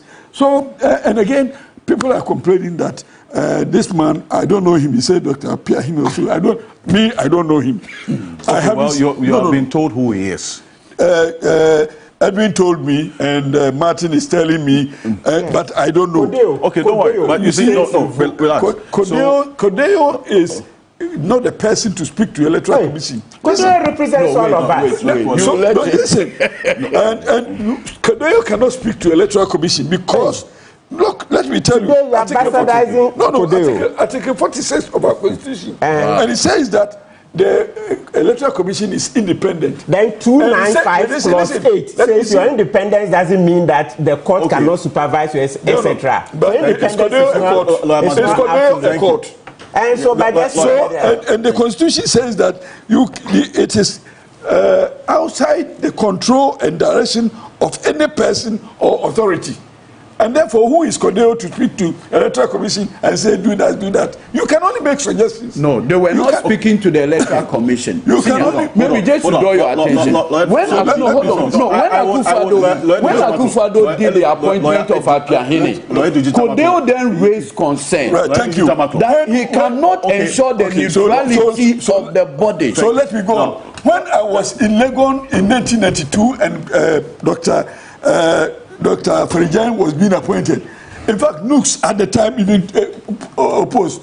And we were at the verge of going on demonstration. I was there. Of the opposition? I was there. Because, and you don't forget that Dr. Farijan was my lecturer. So I knew him. And a lot of us, as an NDC member, a lot of us in Legon knew him. And we were complaining about that. Nevertheless, when we assembled to go on demonstration as Nooks, me personally, I rose up and told them that he's a Ghanaian. And therefore, the fact that he has sympathies for Mr. A doesn't disqualify him from taking that position. And I remember supporting my argument then with the case of Salah and Attorney General that says that Ghana is a closed community. And therefore, if we begin to tag people with associations like that, we won't get anybody into public office. But let us get him to go there. But again, let's monitor him. If we have complaints upon his performance, then we can bring out the complaints. But the fact that I am your friend, and tell me, the fact that I'm your friend, if I qualify for a position and I come to you, are you not going to consider my credentials, but rather see me as an MPP person and therefore do not qualify for the position? Please, let us get out of these things. Me, personally, I was at Free Zones. Go and ask them. I ever told them anybody who came with better conditions, better credentials, I will support. Not you can talk to you can talk to Haruna. Akufo-Addo said no family and friends. So look, I'm not Akufo-Addo. I don't support any such position he will take, and I haven't seen him also saying that I'll pick my wife and my children. You see, everybody who qualifies for a position in Ghana must be given the opportunity on merit. Me, I want to advocate for a merit system and not a patronage system. Okay. And therefore, the fact that certain Dr. Piahini was once something doesn't disqualify him from taking a position. How was he qualified? Selected? If you want merit, how was he selected? So how were all other people? When you were in opposition, how were all other people selected? How was Dr. Farijan selected? Did he come to all of us? How many years was that? How many years? Dr. Farijan was selected and people protested, but he qualified for the position and he was appointed. So if somebody qualifies for a position, it doesn't mean that because now you think he is associated with another party, he shouldn't be appointed. Okay. It is what we have done over time. And if we go this tangent, nobody will qualify for a position when the other party is in power. No, that cannot be the case. Counsel, you see, the fact me personally, when I was at Free Zones and the government changed, I suffered the same fate. But I complained to even the minister then. I complained to her that no, this is not right. But again, I did not also fight to come back. So, but the second time I saw her, I told her that I greeted her and thanked her for even the decision she took in respect of my engagement at Free Zones, because I stepped out of the Free Zones into a better position. Okay. And so it doesn't mean that Ghanaians cannot see us as Ghanaians who are qualified for positions, but see us as politicians. In fact, we have to try and build a new class of statesmen rather than partisan statesmen. Well, and so a few things. The fact that you don't know Dr. Peter Piahene as an individual does not mean but you see that an individual. I'm coming. Does not mean that what he is said to have been done, previously, or the associations he is said to have had, does not exist. That is on record. I'm coming. That's on record.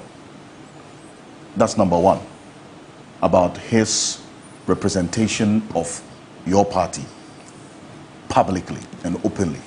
It doesn't negate that fact. Secondly, since you say that you don't have a problem about such a person and his publicly known association being on an independent electoral body, for you in the Asante Achim North constituency, in the constituency elections that we are going into, if a known NDC executive of the constituency, previous executive of the constituency, is appointed as the EC returning officer in your constituency for the December election, subsequent elections, would you be okay with it? Well, I don't see this man as an executive of any party, but if he's an associate of a party, and indeed the Electoral Commission, as I see the institution in my constituency, I don't know their political leanings. It could well be that some of them are for MPP, some of them are for NDC. And trust me, each one of the Electoral Commission officers belong to one party or the other. So I cannot be, I cannot put myself and worry myself about who that person is associated with in terms of our national politics. But once he does something that is wrong for the position he occupies, then I can challenge him. But when you want to dissociate yourself from somebody just because he belongs to a nest, you see, Counsel, Professor Mills, and I'm not the one to teach you. Professor Mills, I'm not the one to teach you. Listen, let me tell you this. Professor Mills, he taught me. When he was teaching me, he was MPP. I'm telling you. When he was teaching me, he will come to class and lambast the then government. But later years, he became president and on the NDC ticket. What is wrong with that? So it is a case. You go to Legon, all my classmates ask them whether he wasn't criticizing the government to our advantage, and we love him for that.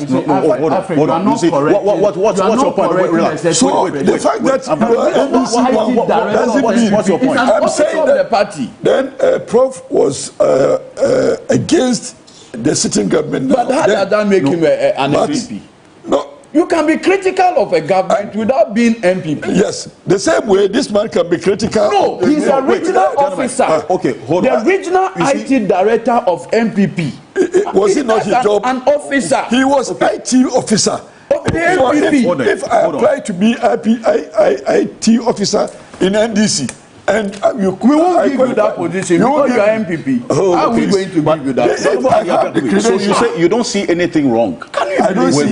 I don't see anything wrong, but let's monitor him and make sure that he does something wrong in his position. But then we can criticize. But if I come, today I'm NPP, and maybe in 5 years, 10 years, I decide to change and I'm NDC. So I come to look for a job and I have the necessary credentials for the position. Am I going to suffer disqualification because I am NDC and I've changed to be NDC? Political color doesn't matter in competence. That's what I'm trying to say. But you know enough, and I'm not here to teach you law, because you are a senior in that matter, that conflict of interest in itself is in 3 levels. It's real, it's apparent, and it's obviously perceived. So there are 3 levels that conflict of interest in this instance plays out.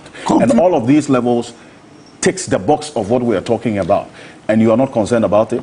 Conflict of interest has its solutions. And what's when the solution you declare to that one? your interest, that I have interest in this one, then the panel will look at you having declared your interest. And that does not, if you're a board member, for example, and they are doing something about a company that you are associated with, it doesn't say that don't participate, but they say declare your intentions, declare your association, and then the board will take a decision whether or not it is in the interest of what they are doing for you to recuse yourself. So in this instance, so it doesn't mean that because you are associated with company A has applied, then you cease to be a board member. No. So there's no exception like that in the Constitution. We are talking about public office. Yes, public office in the Constitution, it doesn't make that exception. Go to 284. It doesn't make that exception. So what you are talking about is private companies, but public office. Public office. Are you sure that all of us in public office, we don't belong to political parties?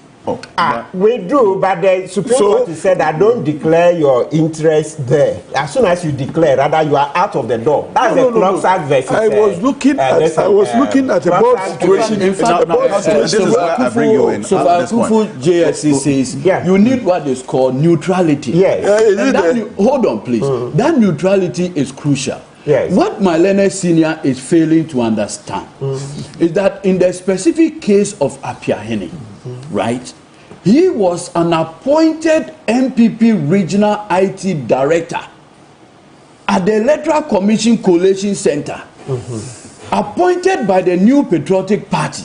That is not just so you are giving a presumption that because he was appointed by the New Patriotic Party into that position, he is MPP official. He is an IT. Listen, he is an IT. Why you shielded the businessman in Parliament? No, don't bring in that businessman. Don't bring in that. Don't you think that you can even employ somebody as IT officer who is not even question? No, wait. That's why you shielded the businessman in Parliament. This is a businessman who wants money to do. Yes. Hold on. I see. So, Martin, people, you have a take on this, and I'll bring in at this point, because you see, we cannot take positions at specific times when it favors us. Yes. I mean, when the situation dictates as it is.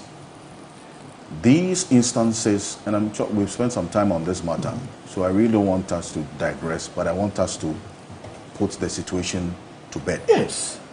That this appointment that was made roundly condemned. Was roundly condemned not by political parties, but by civil society organizations and notable individuals. In fact, 2 days ago, we did same for No, 2 days ago, I had a conversation with a former Supreme Court judge, Justice William Atuguba, who raised fundamental questions about this same appointment. To the extent that someone who is openly associated with a political party, appointed onto a body that is supposed to be independent in thought and in deed, shouldn't raise any questions for any person who is interested in the democracy and the development of our country? It should. It is something that we should, shout to the highest heavens against. It is something we should shout to the highest heavens against. All right?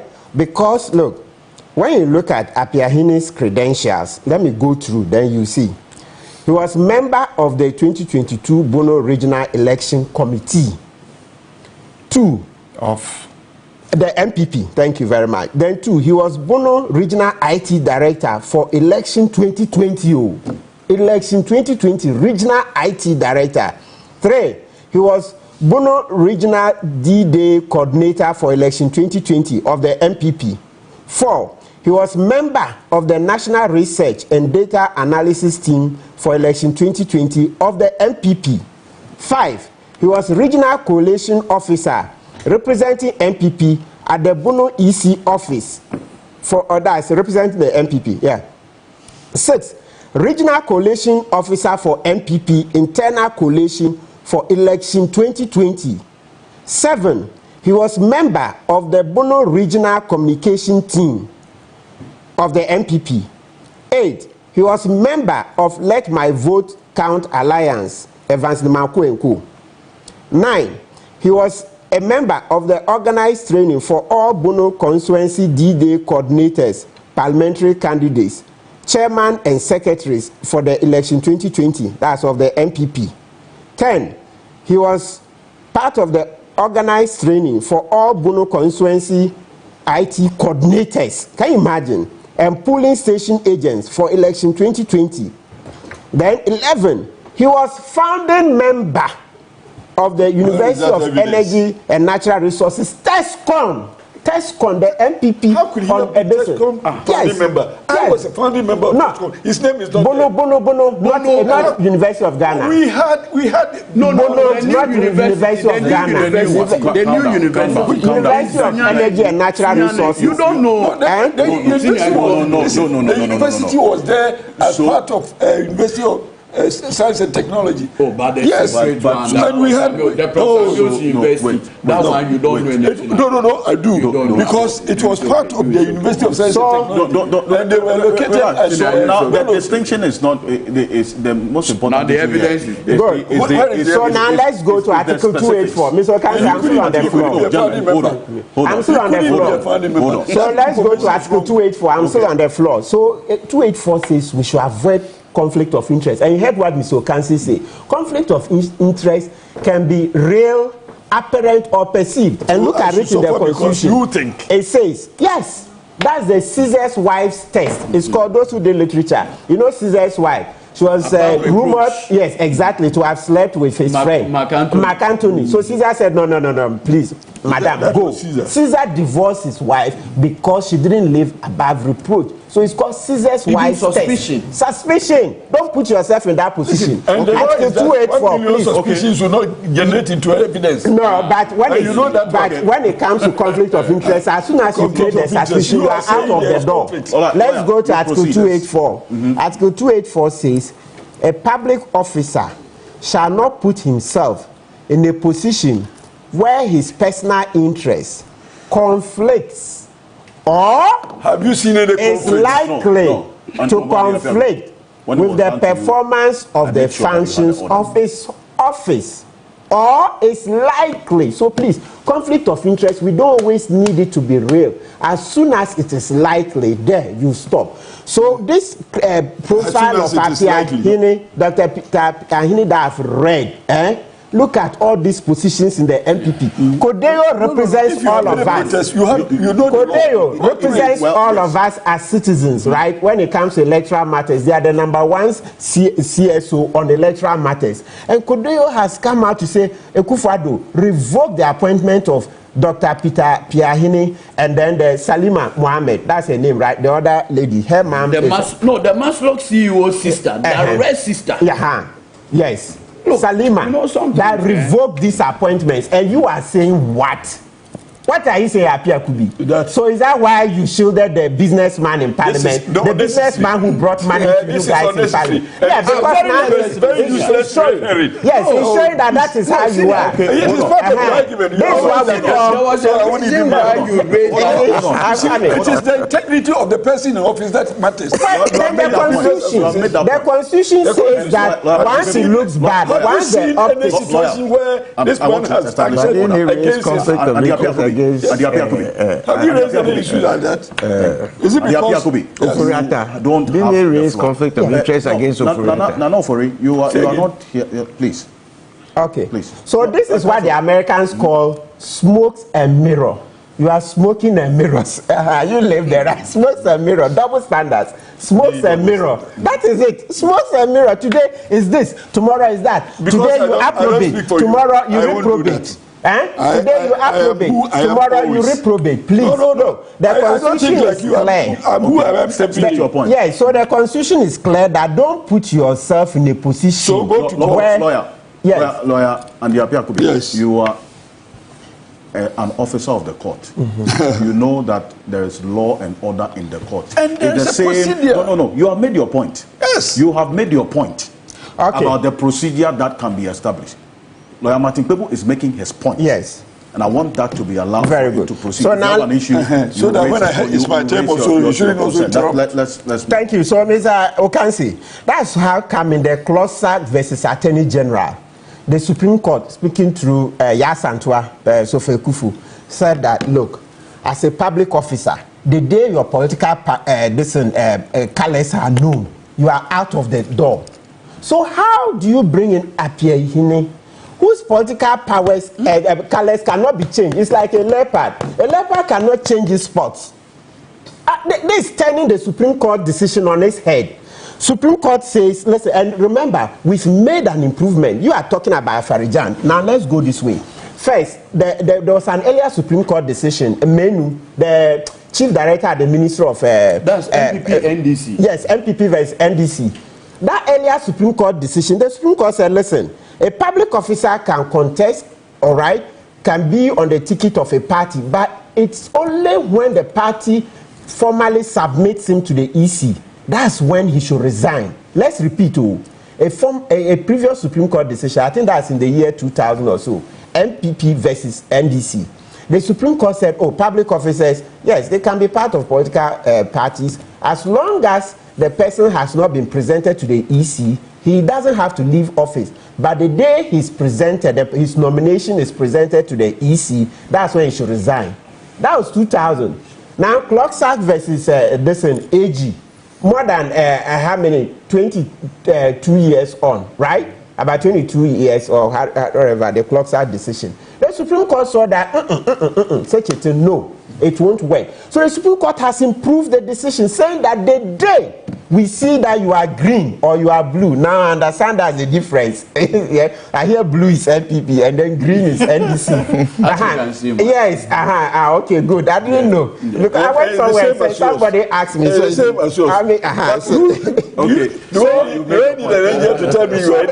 Supreme Court, I'm MPP.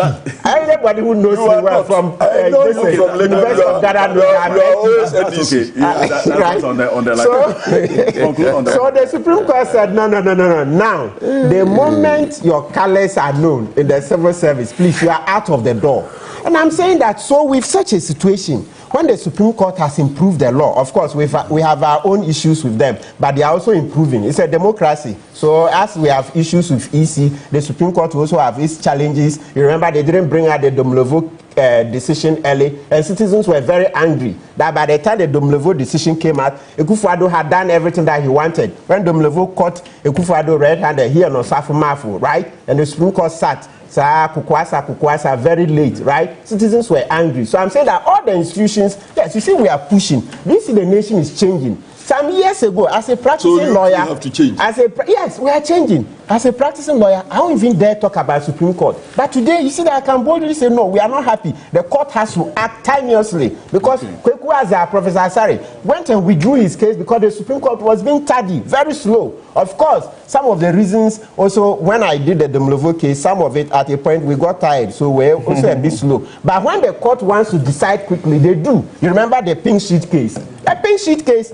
the issues were drawn up on the same day. The Supreme Court gave their own office, so that Kofi Bentil, Akutampo and Co. should enter there and draw up the issues. And they came out, did the decision expeditiously. So when the Supreme Court wants to act fast, it does. And when it wants to be slow, it does. And today, as citizens, we are bold to tell them that we don't like those things. When a case is an emergency, even if it's vacation, sit and decide it, right? Right. Yes, so that tells you our democracy is moving forward. So today, it lies ill in your mouth if you come and tell me that 30 years ago, Aferijan was perceived as NDC and he was led through. So 34 years now? 33 years on, we should continue that. So one step forward and then 4 steps back. Okay. Smoking mirrors. Okay, Smoking mirrors. You made your point. Now it's 11 minutes after 9, and Professor Kweku Asare, I'll bring you in, but there was a statement from Nelson Roxon Dafiamepo, who is member of parliament for the South Dai constituency, also a lawyer. He is actually in court.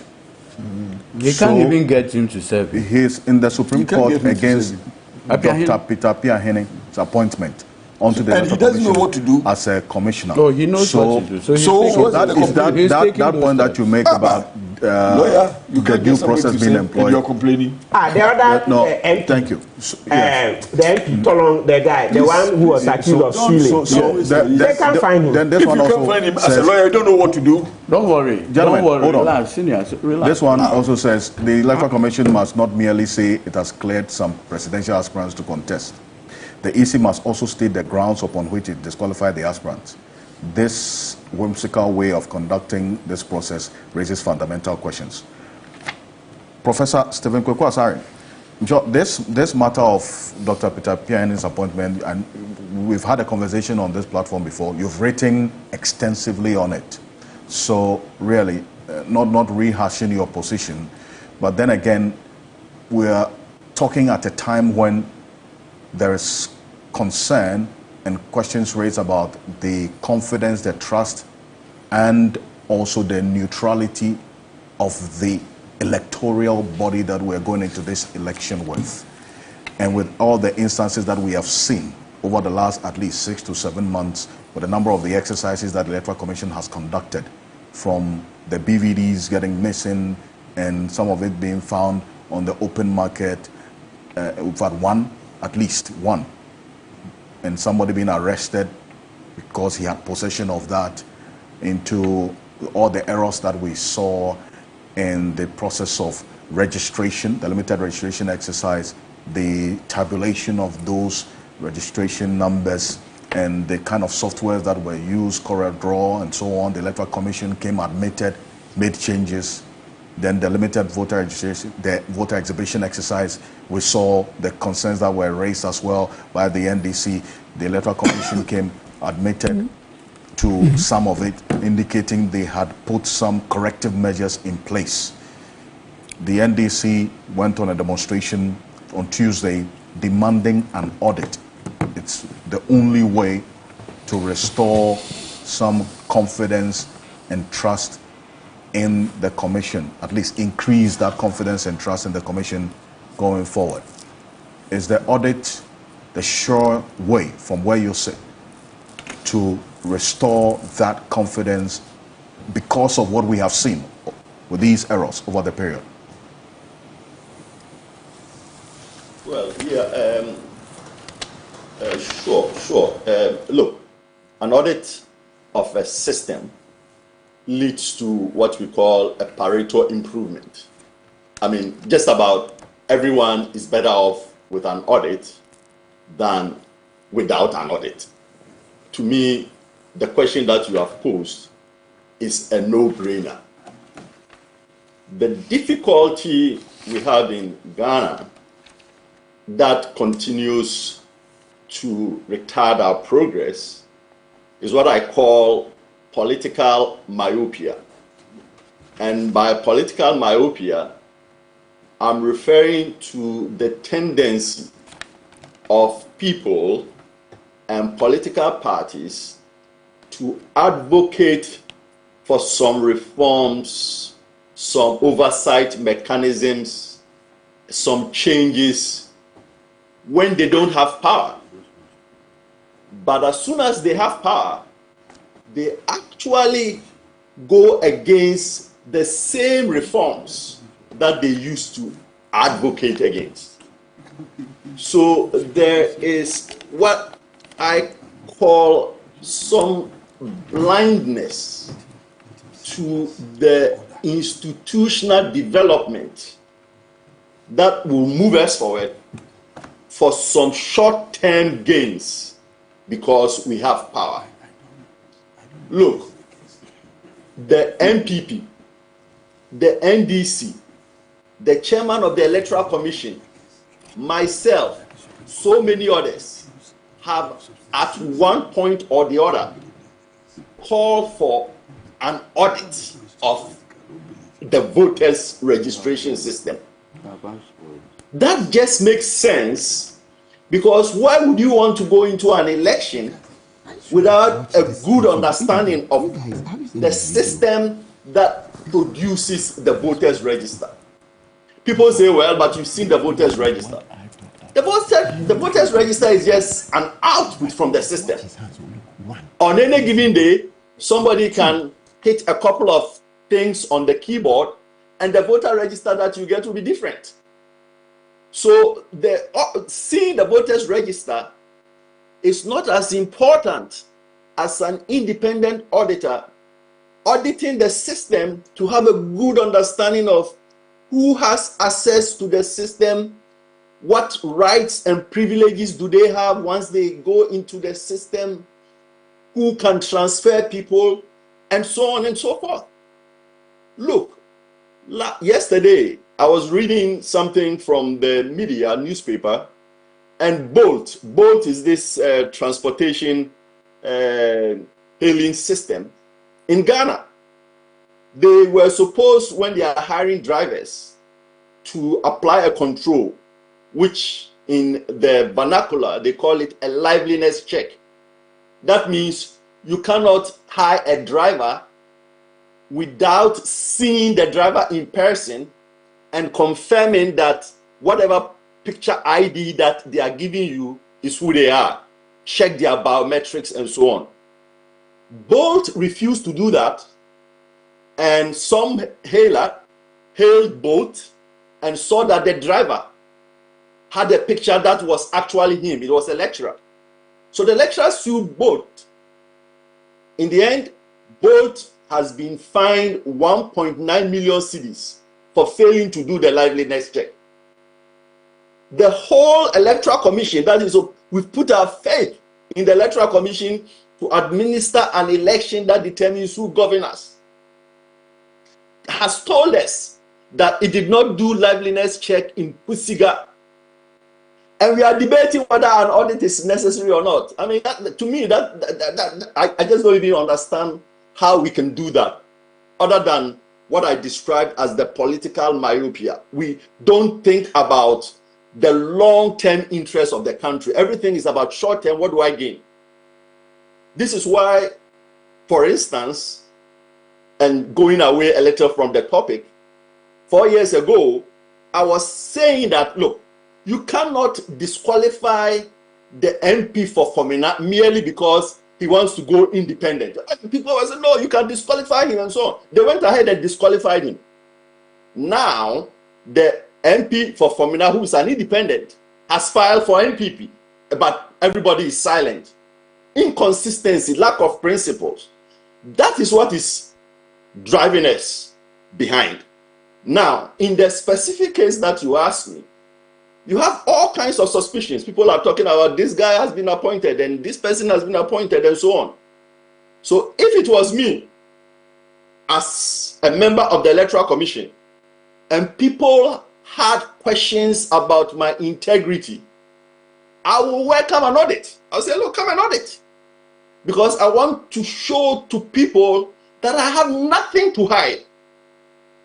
If you have been appointed and people are questioning your appointment, and then you compound that questioning with this approach of I don't want an audit, then reasonable people would conclude or assume that you have something to hide. And indeed, if you are a rational person, you would only resist an audit if what you are hiding is actually worse than what people think you are hiding. That is the only way it will make sense. In economics, they have something that they call market for lemon, and they use that to explain why if you are a genuine used car salesman, you have an interest in giving people warranty or asking them to inspect the car and so on. It is only a used car salesman who has something to hide, who say, no, I'm not going to let you look in the engine, just buy as is. Then you should have suspicion. So I do believe that an audit of a voters register system is not something that we should ever even debate. It should be something that the law requires if our common sense does not lead us there. People sometimes say that, well, the EC is an independent agency, therefore it cannot be audited. I mean, that is completely false. The EC is a public entity and is subject to audit under the Constitution. Furthermore, when you look at Section 16 of the Audit Service Act, it says that the Auditor General can audit any institution, not accounts, but operational, forensic, any type of audit, if it is in the public interest to do so. So people forget that in 2018, for instance, the Auditor General did an audit of the Electoral Commission and found that the Electoral Commission was selling our data to a private company. I think the name was Buy System, and Buy System would take that data and go and sell it to the financial institutions, and the Buy System was supposed to give 20% of those proceeds to the Electoral Commission.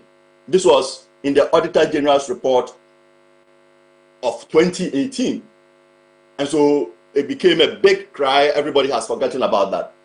But the reason I'm bringing that up is to remind people that the the Electoral Commission can and indeed should be audited. The voters register can and indeed should be audited, because there's a law that says all public institutions are subject to audit by the Auditor General, and the Service Act also says in the public interest any type of audit can be done.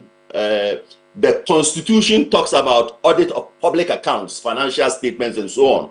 But the Audit Service Act expands that into operational audits, into compliance audits, and other types of audits. So it's my opinion that Parliament, for instance, can by resolution direct the Auditor General to either do the audit or hire another firm to do an audit.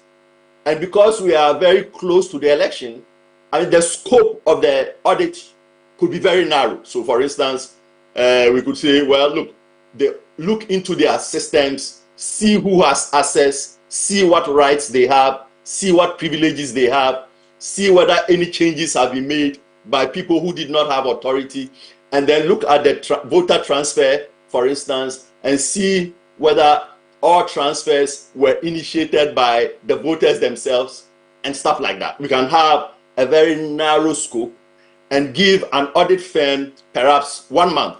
Within 1 month, complete your audit, make that audit report public, give the audit back to the EC, the issue would have 1 week or so to fix the problems that are identified. Assuming any problems are identified, correct the register and republish it so that people can review the register again. So my opinion on the debate is that we are debating something that we should not be debating. Everyone in the country, MPP, NDC, the chairman of the Electoral Commission, GOGO, everybody supports an audit. Their position on the audit changes when they have power. And you know, why does it change when people have power? It's because when they have power, they think that the system benefits them. They forget that, well, you could go into opposition. Then the system will no longer benefit you, and then you start crying that let's do the reform. And reasonable people at that time can laugh at you that, look, you have power for so long, why didn't you make these changes? You capitalize on whatever loopholes were there to benefit you, and now that you are out of power, you are crying. Let us do principled politics, because Gandhi has said that there's no sin as egregious as doing politics without principle. And I have said that the biggest beneficiary of an audit will be the Electoral Commission itself, because it signals that its members have nothing to hide. Second, there may be problems with their system that even members of the Electoral Commission may not be aware of, because many of them are not even technically savvy enough. And most of what goes on in the systems are done by people who are not on the commission. So it is in the interest of the members of the commission to have independent eyes look into their systems. Third, the political parties shouldn't go into an election without an assurance that they are playing with the full deck. I mean, if I invite you to a game of cards, you have to be sure that the cards that I'm using are not rigged in any way before you start playing. So independents, movements, congresses, political parties, they all should be interested in an audit. An audit harms no one, it won't harm anyone, and it benefits everyone. Right. Look at Kenya, when they had to do a rerun of an election in 2017 or so. $500 million was wasted. That $500 million that was wasted could have been avoided if an audit was done of the system, and many of the problems that later on became manifest could have been known. True. What you do by not doing an audit is you postpone the problems. You shift the problems into the future. So after the elections, people are now going to complain. There's going to be a lot of litigation. Nobody is happy with the results. You have to go to court. All of that really harms our democracy. And the position of the Electoral Commission has been that, Professor Kukwasari, the exhibition exercise itself is a corrective process. And so the errors being identified, in their view, are not new. And to the extent that the exhibition was done and these errors identified, it would be corrected. And I asked a question about whether after correcting those errors, there'll be a re-exhibition of the register. The Electoral Commission rep last week on this program said they are not going to re-exhibit the register after the correction. So that's the position they've taken. The answer that they gave you, or the position that they have taken, tells me they don't understand what an audit is. The voters register is just an output of a system. If I go in there and I say to my computer, print out the voters register on this date, the voters register that it will print will depend on all the processing that has gone into the computer before that date, and then I'll print it. Tomorrow I can go and change one parameter, and if I print the voters register, it will be very different from what I gave you yesterday. So you cannot just rely on the output and say the system is working. That black box, that it's almost like voting in an opaque ballot box. You can't rely on that black box approach. You want to go into the system to see how things get done, to see who has access to this window, who has access to this file, and so on and so forth. Because look, it's not just the Electoral Commission. Even more complex systems belonging to nations, belonging to big banks, are sometimes hacked into by system operators, people who have been hired by the banks, and steal from them. So when you have a system as complex as the voters register and you are resistant to an audit, you are only inviting trouble. The errors that are caught when you have the voters exhibition gives you more reasons why you should do an audit. Because remember, the errors were random. Somebody went there and looked at his name and then found a problem. But of the 15 million names that you exhibited, maybe we looked at 50,000, 100,000. I don't know how many people looked at. What about the rest that people did not look at? So just saying that you exhibited the voters register and when there are corrections, you make them, and therefore nobody should be cited or nobody should have concerns, that suggests that you don't understand a system. Because if you understood a system, you would understand that merely because some errors have been found and corrected, in no way means that there are no residual errors in the system. It's like an audit. When we do a sample, we find errors in the sample and we correct those errors. But what about the non-sampled items? The non-sampled items, we have no clue. That's why they call something a sampling risk. There's always a sampling risk. So, not to get very technical, but commonsensically, look, if the Electoral Commission has nothing to hide, as I think they should not have, then why resist an audit? Welcome it. When you welcome it, you send the strongest signal to people who are questioning your appointment and all that, that, hey, yes, I'm an MPP guy, but while I'm a commissioner, everybody can trust me, and if you don't trust me, I welcome an audit. But if people are saying MPP has appointed you and blah, blah, blah, and you go there and you say, oh, by the way, there's no audit. And to make it worse, the MPP people come in and say, if there's an audit, then the country will burn or something like that.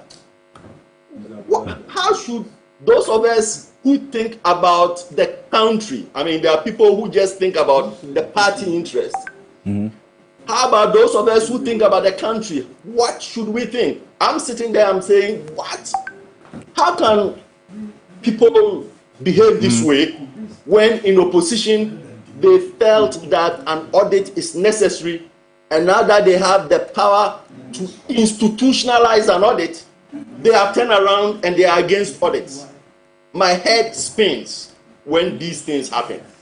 And essentially, the point is, you say it's unreasonable to maintain that, in your view, that audits are unnecessary because errors discovered during the voter exhibition exercise will automatically be corrected. On the contrary, the identification of such errors, rather, from what you're saying, strengthens the need for an independent audit to fully to fully understand the source of and nature of the errors identified. Yes, yeah, absolutely. Why was somebody able to do a transfer when the system has been configured such that transfers should not happen unless the voter is there? That is the control that you have in place. It's a very important control. Right. If someone is able to bypass that control, then there is a material weakness in your system. and that material weakness in your system, you need an independent eye to come and look at it to see how pervasive is that problem before we can use it to do an election. To me, this is just common sense. We shouldn't really be debating it. But we debate too many things because, look, we don't have principles. Everybody knows what the correct thing is, but people are just thinking about their interests.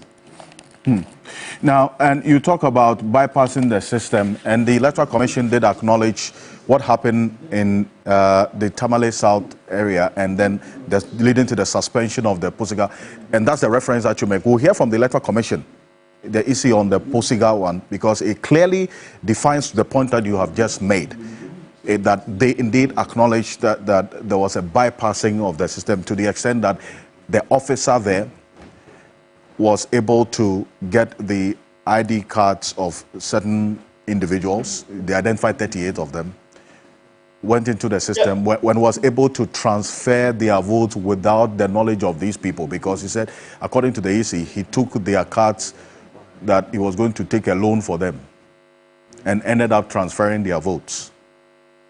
Absolutely. Well, the buck should not stop with that person in Pusiga. There is some chairman in Accra who we have put there to ensure that these things are not happening. When these things happen, well, it's okay for the chairman to fire this person, but we too should be asking the chairman questions. How could you let this happen? And how pervasive are they? Let us look into the system, because we can no longer trust you. You were not able to control your employees, and your employees are out there playing with the system and posting people not just from one polling station to another, but in some cases they are posting them from one constituency in region X to another constituency in region Y. If that can happen, that's a bogus system. That's a completely bogus system. It's like if I'm a student and I've registered to take an exam, my subject is physics, chemistry, math, and then my results slip come and they give me some grades in accounting, and I have not done accounting. Who would trust West Africa Exam Council if West Africa Exam Council did that? This is, to me, it's maybe maybe I'm just too, I don't know, because some of these things shock me. And that's why I gave you the bold example that this is a serious breach. And the court fined both 1.9 million cedis for that one instance. In this case, we are talking about multiple instances of this transfer. And that's just one irregularity that I'm talking about. There are other irregularities. And then you, the person who has done these things, you say, well, I don't want to be audited. What kind of country are we running? Professor Kweku Asare, and don't go away as yet, stay with us, it's still part of the conversation. I've just gotten some information from one of our viewers, Jenny Komsen Vondi, says there's an accident just after Suhum, and it's a VIP bus that's reported to have collided head-on with other buses, and that has caused some serious vehicular traffic on that stretch. So the police MTTD, if you're watching us right now, this accident on the Suhum Road, so we understand it's quite serious. We cannot show some of the pictures, quite gory to say the least. So we'll be back shortly after this quick break.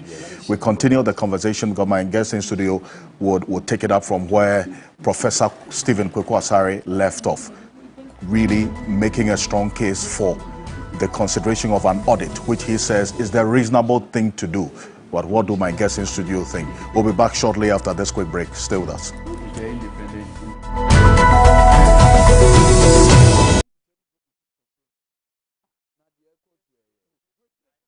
#712#. Luck is everywhere. 8K. Hey, you can get 8K. Get a packing from your Wallahi. Hey, wait. You go put it on his tab. This is my man. Good luck. Hey, yo, deal with you. We are *712#. It's much more phone. I'm on dialing the magic numbers. *712#. Now welcome to the luckiest. And now with me at home ticket. You can buy for yourself or your loved one. Mommy, tell mommy who's here. You're buying for me, right? Or who else? Let's choose buy tickets for others. Love you, boo boo. Maybe straight to option 4. Now, you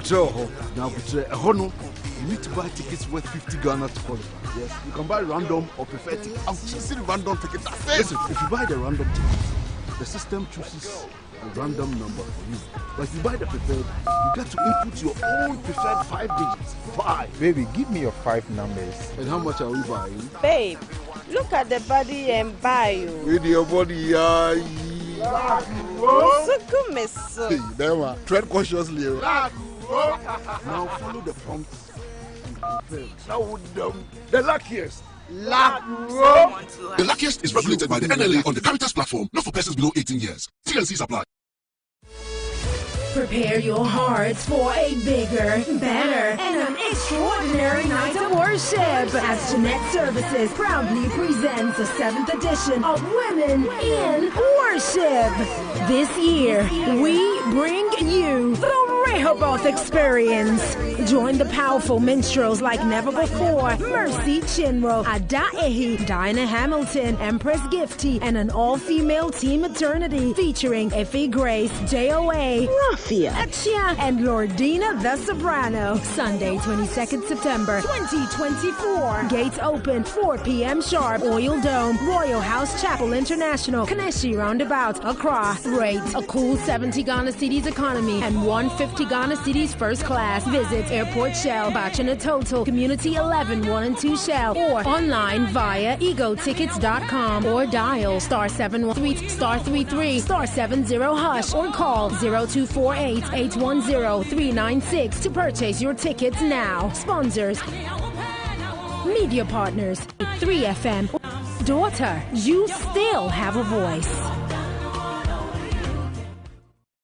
3 p.m. right here on TV3. Today's Woman with Cookie Tea shows Saturdays at 3 p.m. on TV3. Today's Woman is brought to you by Latex Foam, Vlisco.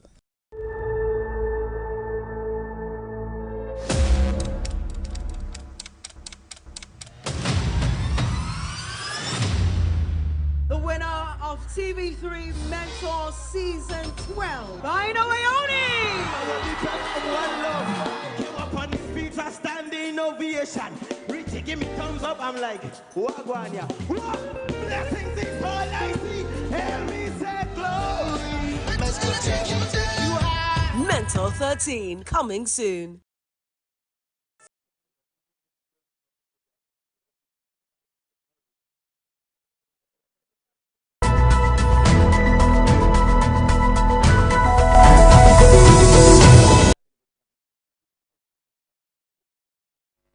That looks very absurd to me, and I don't intend to be abusive, but to make the point very forcefully, I think it's dictatorial to take that posture because the Constitution gives them the power, but that power is circumscribed by other provisions of the Constitution. Is that proper education? Just to tell people who have pointed out grievances, which you have acknowledged exist, and then after that you say that's the end. We've effected the correction. They have not seen them, and that's the end of it. Is that proper education of the people on the electoral process and its purpose? I mean, to have blind trust in the mere ipse dixit of the Electoral Commission. I say, because that said so, that's the end. That's a dictatorial posture to take. And for me, others can have their views, but looking at this Constitution in the round, that kind of situation is entirely outside the boundaries of the constitutional order. put in place. Nobody, and I want to emphasize, nobody has absolute power that detracts from the welfare and interests of the people under this constitution. That's a central requirement. And I'm sorry, in Africa, and particularly in this country over the years, people just look at power in absolute terms. I'm sorry. You look at the power conferred, you look at all the other coexisting provisions. They are relevant to the exercise. So that's Justice William Atuguba, retired, the Venerable Justice, former Justice of the Supreme Court of the Republic of Ghana. And he has extensive experience in the electoral system in this country because he sat through these presidential petitions that we have seen. Now, welcome back to Key Point on TV3, but that's an interview I had with him 2 days ago on Ghana Tonight. But there's more of it on 3news.com. We're live on 3FM 92.7, also on TV3 Ghana on Facebook, DSTV channel 279, all across the world on 3news.com. A number of your messages on this matter and the others that we've discussed, we'll get into it. But Lawyer Piakubi, so I mean, you being both an officer of the court and a member of parliament, and having contested elections for the most part of your life. Yes. Now, the commission has admitted to errors. Yes. And had indicated that they are in the process of correcting them. Right. The NDC identified those errors, some of the errors, and even more. Went to them, in fact, they requested a meeting, made presentations. The Electoral Commission says, we have corrected all the errors that you have identified. Would you expect that the Commission would at least show the NDC the errors that have been identified and corrected from what you said? Oh, yes, Abet. To be honest with you, I'm not even against the call for forensic audit. I'm not against it. You're not against it. But I'm against the process of the call. And somebody said, I demand. And I'm saying that that word is not available to you to use in a constitutional situation like this, because the Constitution has guaranteed the independence of the institution. So the best you can do is to make your propositions and try to convince them it is only them that can cause either forensic or whatever audit. But when I was NSAC president, I used to tell the General Assembly that demonstration itself has no dividend, because after the demonstration, there's nothing for you again to call for. But the agitation for demonstration, and that empowers you in your negotiation. I used to tell them, because when you were student leaders, you will bring the students on the street, you will demonstrate, they will send the police after you, they will come and beat you. You go to your halls and sleep, and then all your grievances evaporate into thin air. You don't have any grievance anymore because you have been subdued. So demonstrations necessarily will not bring you the dividends that you want. So what I'm saying is that let's try to establish a case before the IPAC that it is important for all of us to have this, and bring out your justification and evidence. And I'm sure that everybody will listen to you. Indeed, in my particular case, I've called for my electoral register. I'm going to go through them one by one, one by one. Audit it yourself? Yes, I'm going to do the audit myself. And if I find any irregularities, I will go to Regulation 17, 18, 19 of CI 91.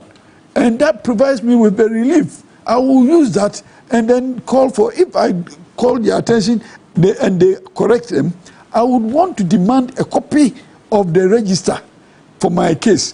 I have brought this irregularity to you, and then you have accepted it, and you tell me that you have corrected them. I say, let me see the corrections. And then that becomes the register that will be available for me to use. If they refuse, then my course of action will have matured. Then I rely on Regulation 17, 18, 19 to go to court and compel them to do the needful.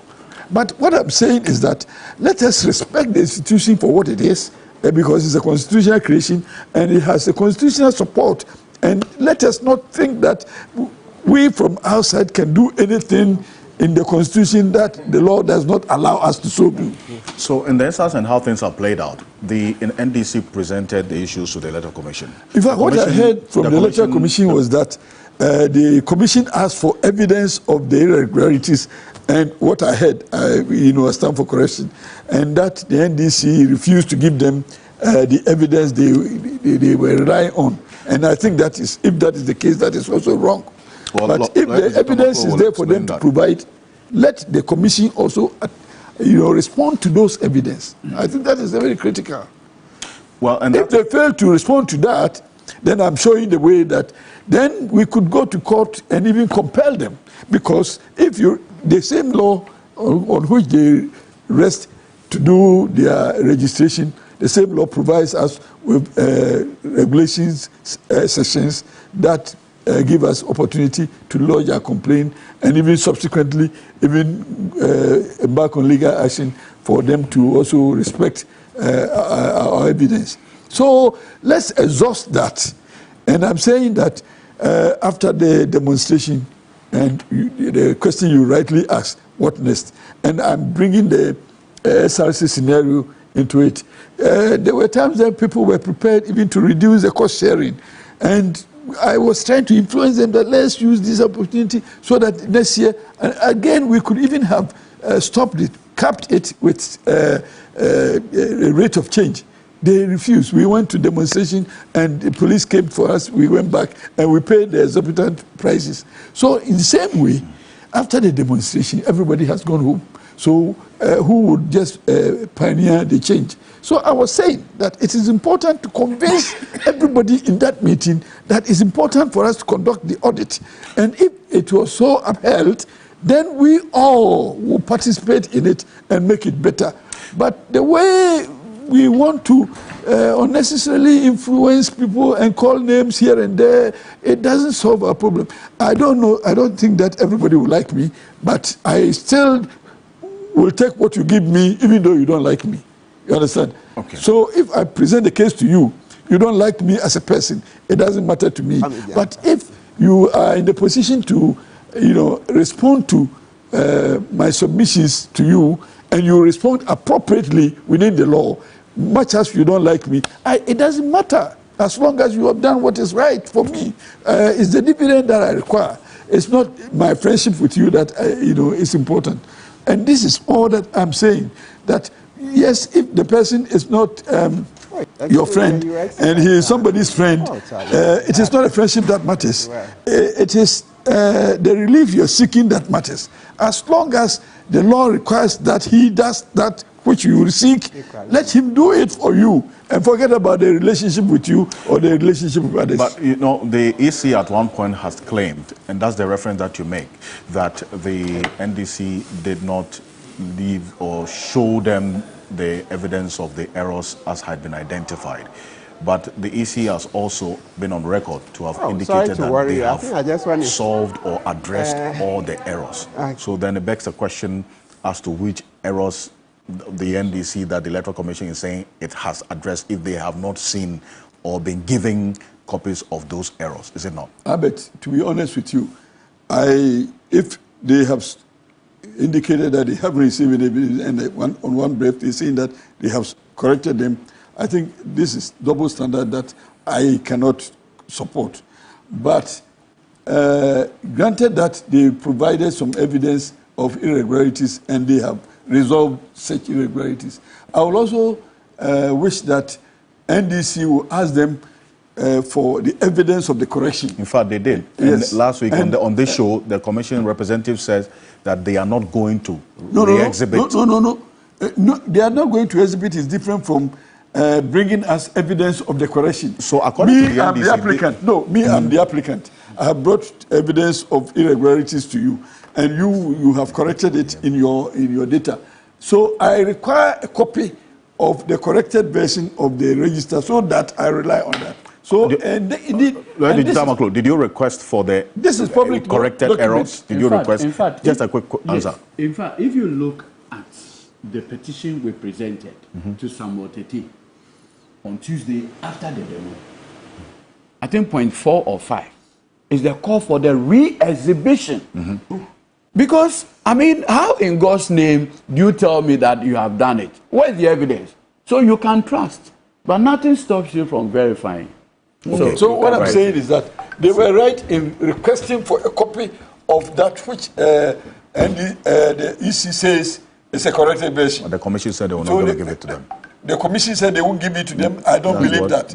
If the NDC having brought the evidence and having been corrected and having established a new clean register, and the people who made a complaint say we want a copy, but in any case it's a public document. And indeed, under Right to Information Act, they can invoke the necessary provisions under the Act and ask for a copy. If the AC refuses, they are lawyers. And my good friend, he is very combative. He can find a way, go to court on mandamus orders and compel them to give. You see, so once even an administrative body refuses you what you are legitimately right in asking for, you can exploit the legal process in compelling whoever is, as long as it's an administrative body, to give you what you want. So it is not foreclosed.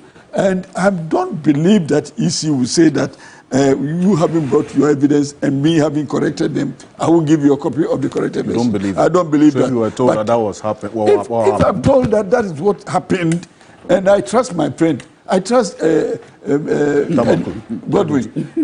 EC will not tell him that you have brought me evidence. And it is true, I have identified irregularities, but I have corrected them. And I have a new register. And ADG will say, give me a copy, and EC will say, I won't give you. You think that will be a case? But ADG will go and sleep. But no, that will not happen. So I don't believe that EC denying them a copy. I don't want to believe that even maybe my friend didn't even ask. And if he didn't ask, I'm encouraging him to go and ask and take a copy. If they refuse to give it to you, you have other means. And I was just suggesting that under the complaint sections of the regulation, you have a right, or you can rely on those rights to get the court to compel them to give you. But what would the re-exhibition really, that you are against? I'm not against. The re-exhibition. Please pick me right.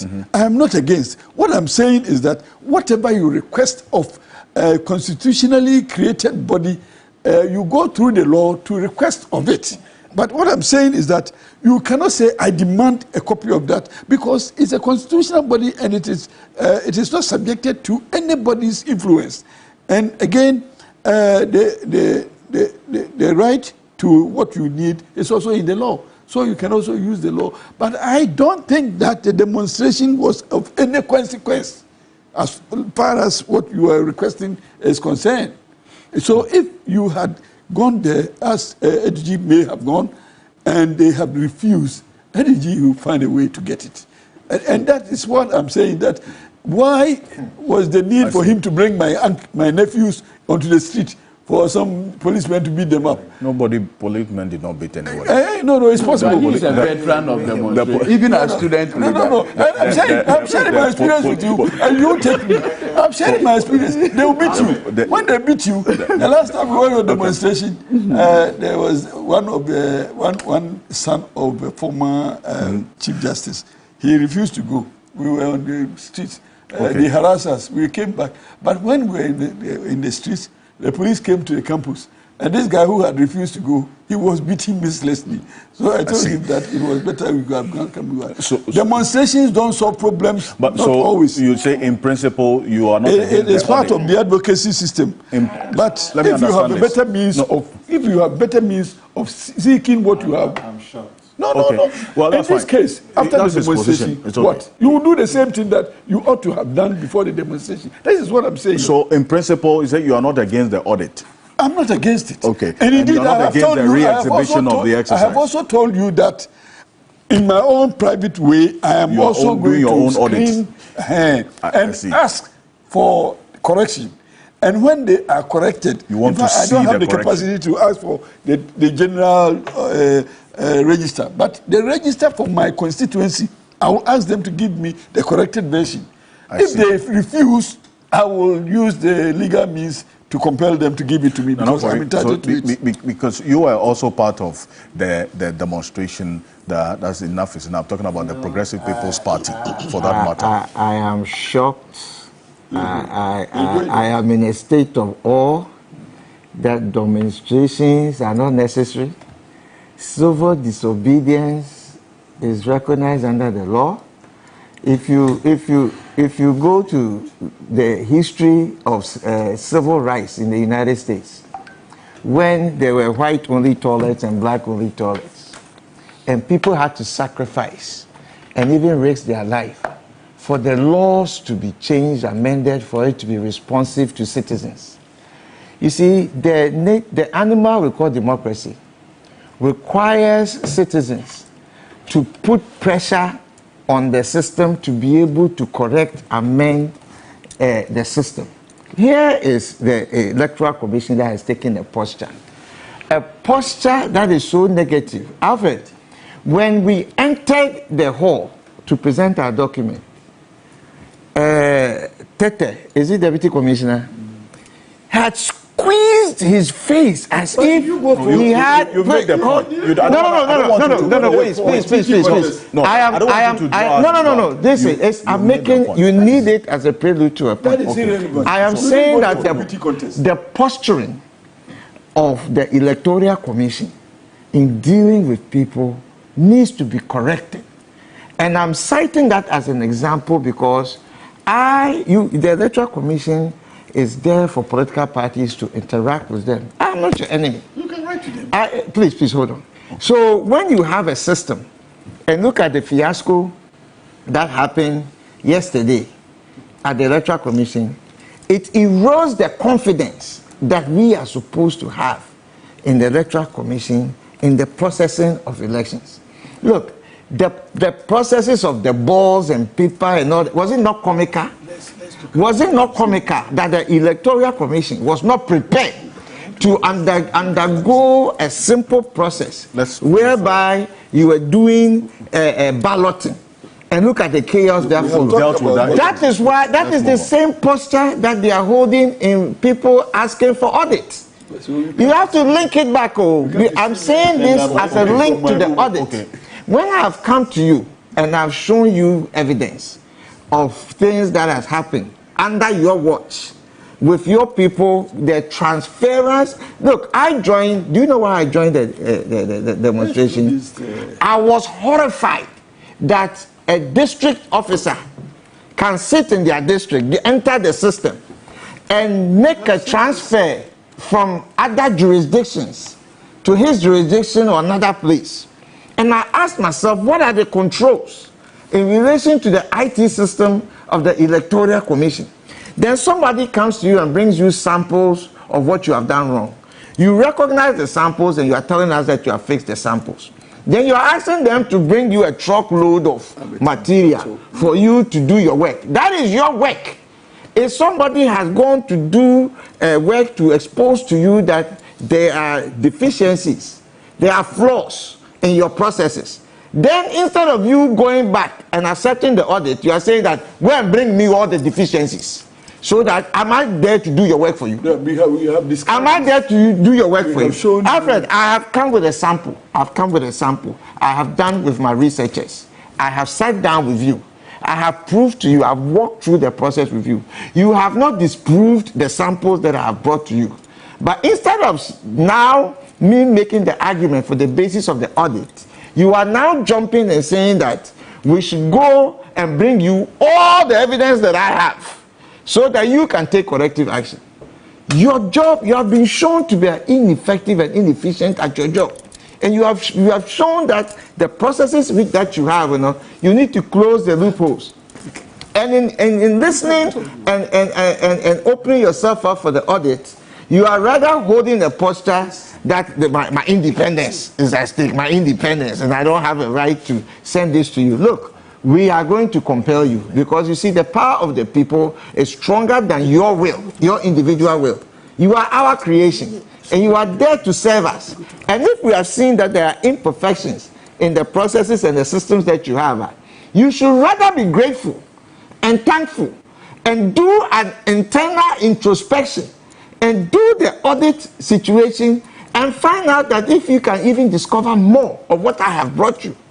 So in what sense do you say that you close doors, you don't allow people, and then you are saying that my demonstration means nothing to you, and that me raising the issue means nothing to you, and that the thousands of people that came on the street to express their dissatisfaction with you means nothing to you, and that the same people could have used other harsher means that would go against our democratic rules, and you are saying that me taking a peaceful protest, my right to demonstrate, means nothing to you? How can we sit in a country whereby you can think that you are the alpha and omega of everything? You see, we have an erroneous system when people come into power that they think they can use the power, the systems to perpetuate themselves in power. But this myth was broken in what? 2000, 2008, 2016. It will be broken in 2024. It will be broken in 2024 because when the will of the people is greater than you putting systems to try and stop us, it is not possible. So I joined this demonstration horrified at the fact that a district officer sitting in a futu can change something in a formula, and that does not send shock waves through your spine, through your system. You do not shiver at the thought that this thing can take place, that you can ride a truck through the systems that you have. A whole truck can pass through the system without detection. That is what we are fighting for. To strengthen the institution of the EC. The audit will strengthen the institution of the EC itself and further give strong confidence for all of us to know that they are the final stop. They are the buck. They will be the people that will make pronouncements. But if you cannot even conduct a balloting properly, it erodes. It further goes to erode the confidence that citizens are supposed to have in that institution called the Electoral Commission. Well, and so you see that comedy of errors that they keep committing because of a poster that says that I will not listen to anybody. My way is the only way, and you can take wherever and go wherever you want. It cannot be so.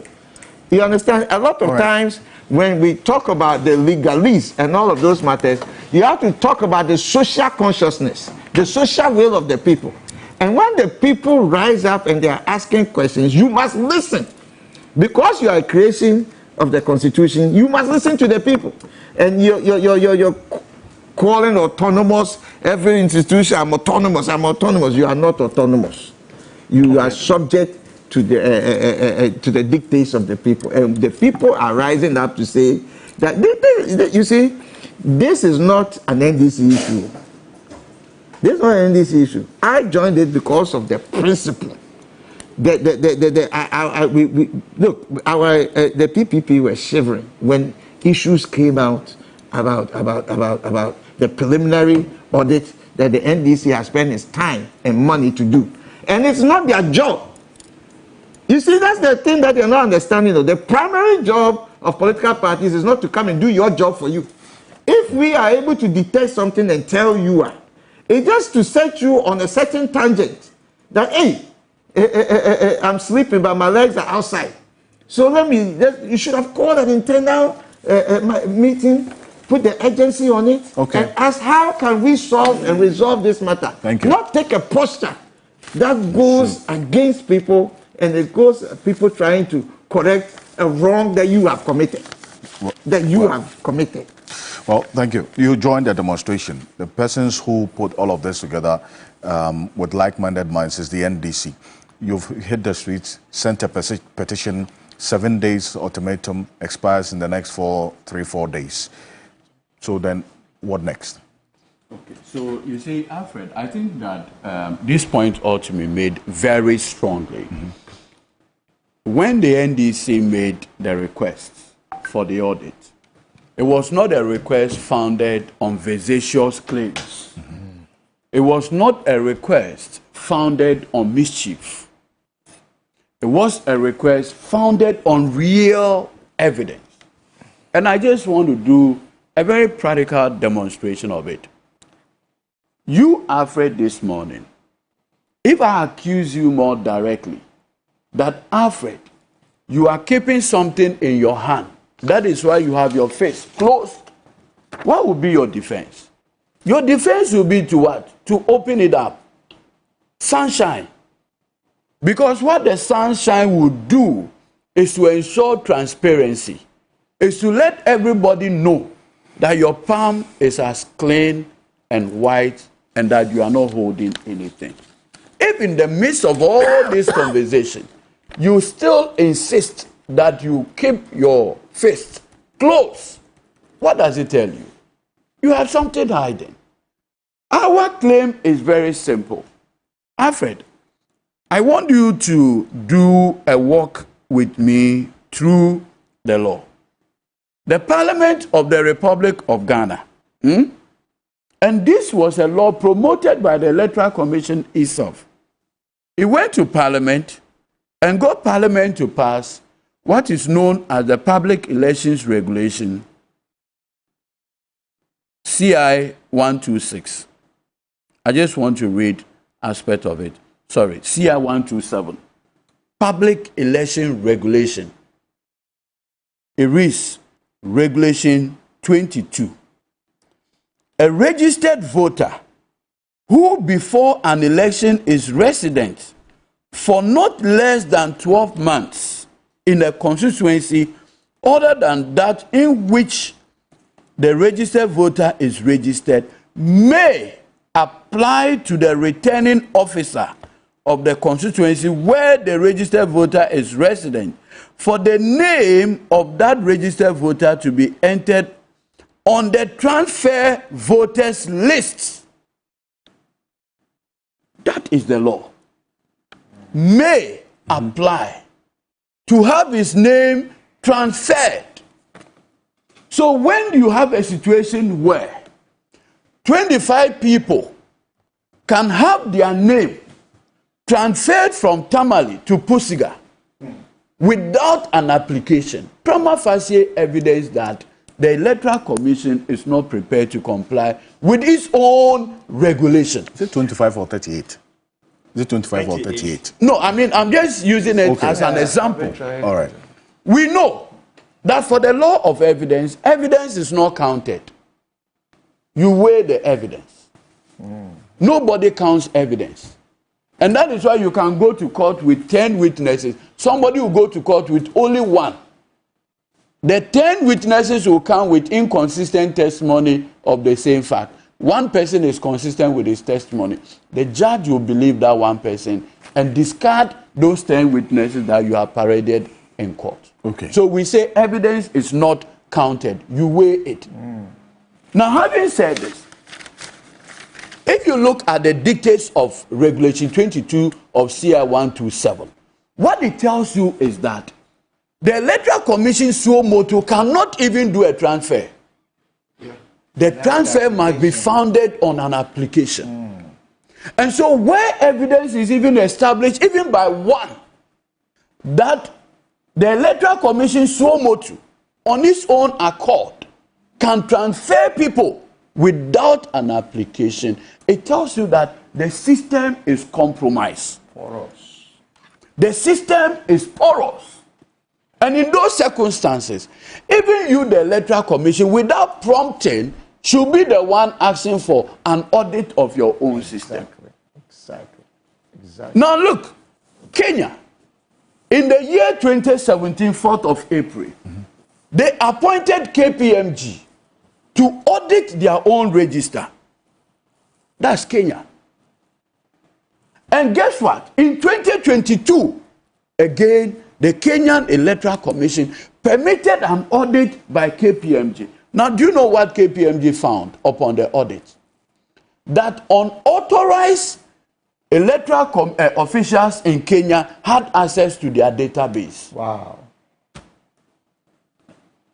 Now, if you have a situation where you can transfer as many as 38 people to a constituency, and do you know why the transfer by law must be done based on application? And the application is not even enough. If you further go to Regulation 22.2, Regulation 22.2 now says that the transfer is not even automatic. You must demonstrate proof. Either you have been transferred to go and work in a different place, and you must show the proof. You must even show your tenancy agreement before you can have the transfer done. Do you know why? Because the transfer is a potent tool for gerrymandering.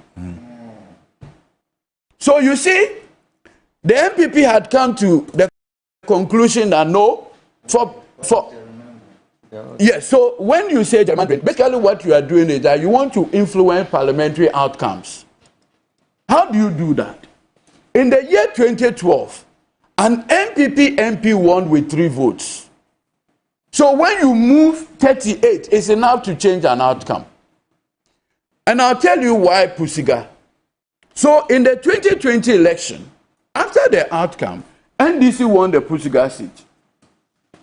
The MPP candidate took the MPP MP to court. And in fact, I was the lawyer for the NDC MP. I see. And they were challenging 68 votes. You understand? So 68 was enough to change the outcome. In Pusiga? In Pusiga. So tactically, if you can get electoral commission officials to transfer even 500 votes into Pusiga, you want to believe that that is enough to change the outcome there. So this thing is deliberate, intentional by the electoral commission to change parliamentary election outcome. This is even where it gets worse. As we speak, the NDC presented to the electoral commission that over 15,000 people on the transfer voters registers list, you know that they have been transferred, but you don't know where they were transferred from. You don't have an idea. You don't have an idea. And look, the electoral commission thought they could play fast on us. Many days ago, the EC had asked us to present a pen drive. So they will give us the provisional voters register. We insisted, they never did. Guess what they did? They waited a day before the exhibition, then they gave us the provisional register. With a view that we will not be able to thoroughly what? Examine it before the exhibition day the next day. Our team of cracked IT people sat overnight and went through the entire register and found out 3,000 people deleted without any evidence. 15,000 people, that is how we were able to detect all the discrepancies. They never anticipated that we could do that thorough work. And so if you listen to Samuel Tete, he said he is shocked about the conduct of the NDC and that previously there were even trees and others on the... How come that we couldn't detect? In fact, that's the most useless statement I've heard. Do you know why? I was shocked. Do you know why? No. Samuel Tete was the director electoral service. So he knew that there were trees and others on the register and did nothing about it.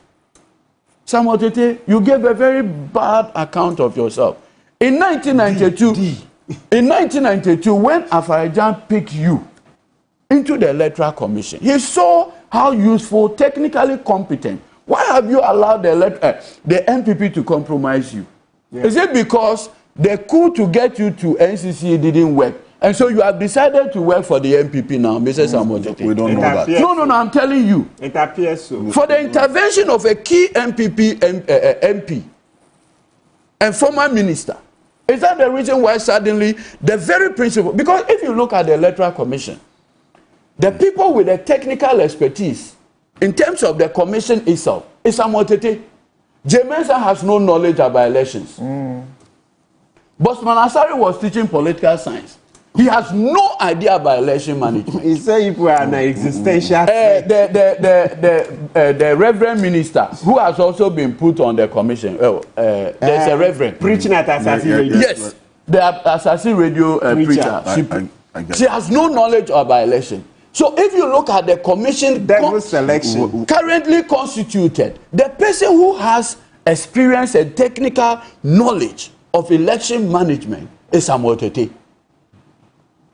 And this Samuel Tete, over many years' experience with the Electoral Commission, one would expect that when persons like Jameson, who obviously are incompetent when it comes to election matters, they can rely on your technical experience. You come out there and say, oh, now the NDC has taken this matter serious, and that there were trees previously and the NDC could not detect it.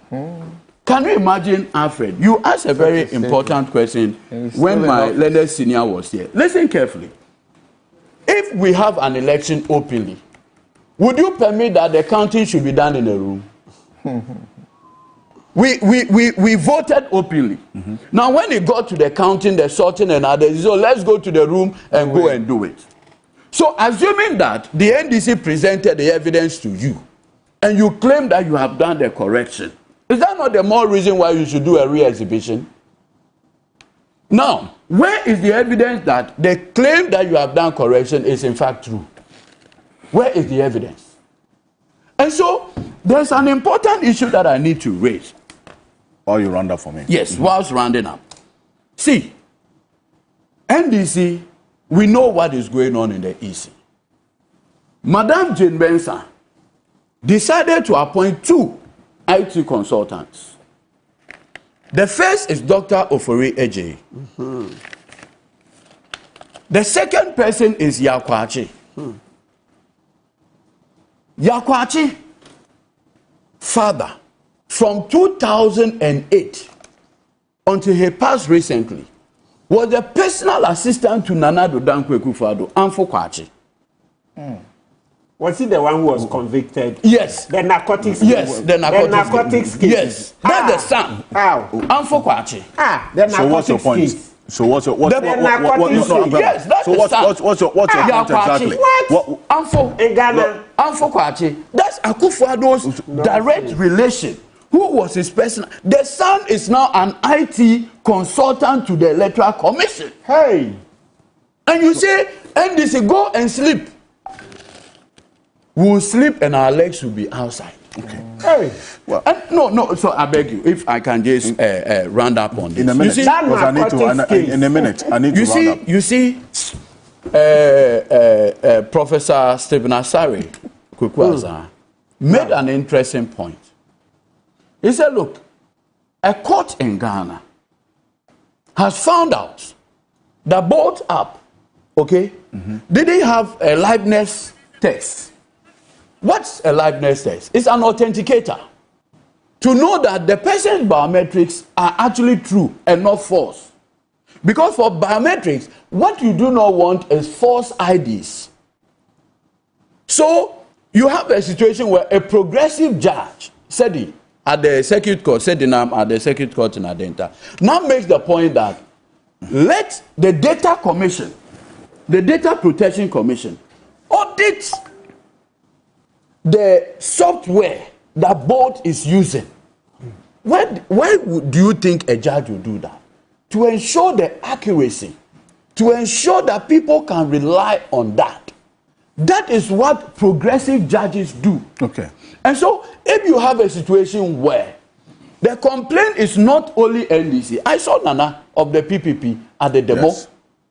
I have also heard, with my national and I need to say this, possibly today you should add this chief to your list. The Goso Mahini. Yes. The Goso Mahini had openly said, look, it's important to have this audit. And you know why the audit is important? The Electoral Commission's whole this thing is transparency, fairness, and integrity. How do we establish that transparency? It's by opening your system. What we are finding out, which is even more scary, is that it is beginning to look like there are persons in the Electoral Commission office who can, on their own accord, do transfers. Yes. Now, this is where it is even more worrying. What are the protocols for entry and exit?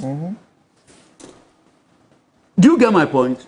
Because you see, at TV3 you ask for those but the point I'm making is that at TV3 here, if you have a system, you should have password and the code and the protocols, login protocols. So that if you, Alfred, entered the system here on TV3 premises, somebody should be able to see that today, Alfred has just entered the system here. Yes. If somebody is entering the system in Dubai, there must be a mechanism to track that somebody is doing that.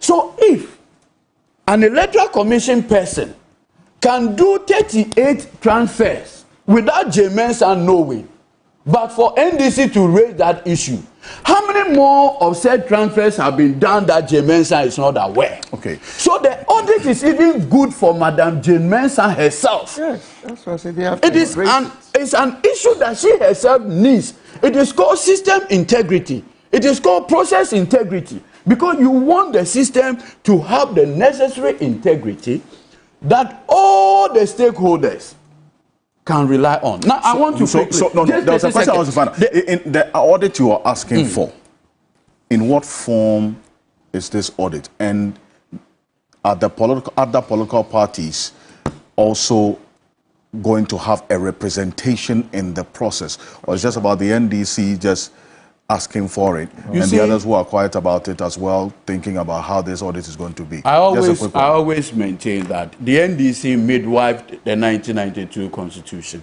And so we have a responsibility to protect it.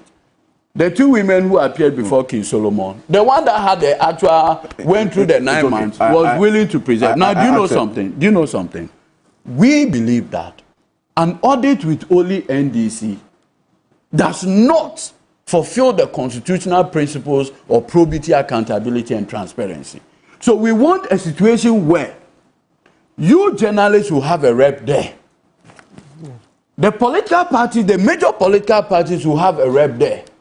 In fact, if Nana Santehini Otumfo even want one of his Ochiames to be there, they should have a rep from the National House of Chiefs. Yes. So that at the end of the day, when all is said and done, we would all know that when the NDC requested for an audit of the voters register, Kwejo was a witness, Ama was a witness, so-and-so was a witness, and the NDC, consistent with that, you recall, even when we made the initial prayer to the Electoral Commission, we asked the Electoral Commission for what?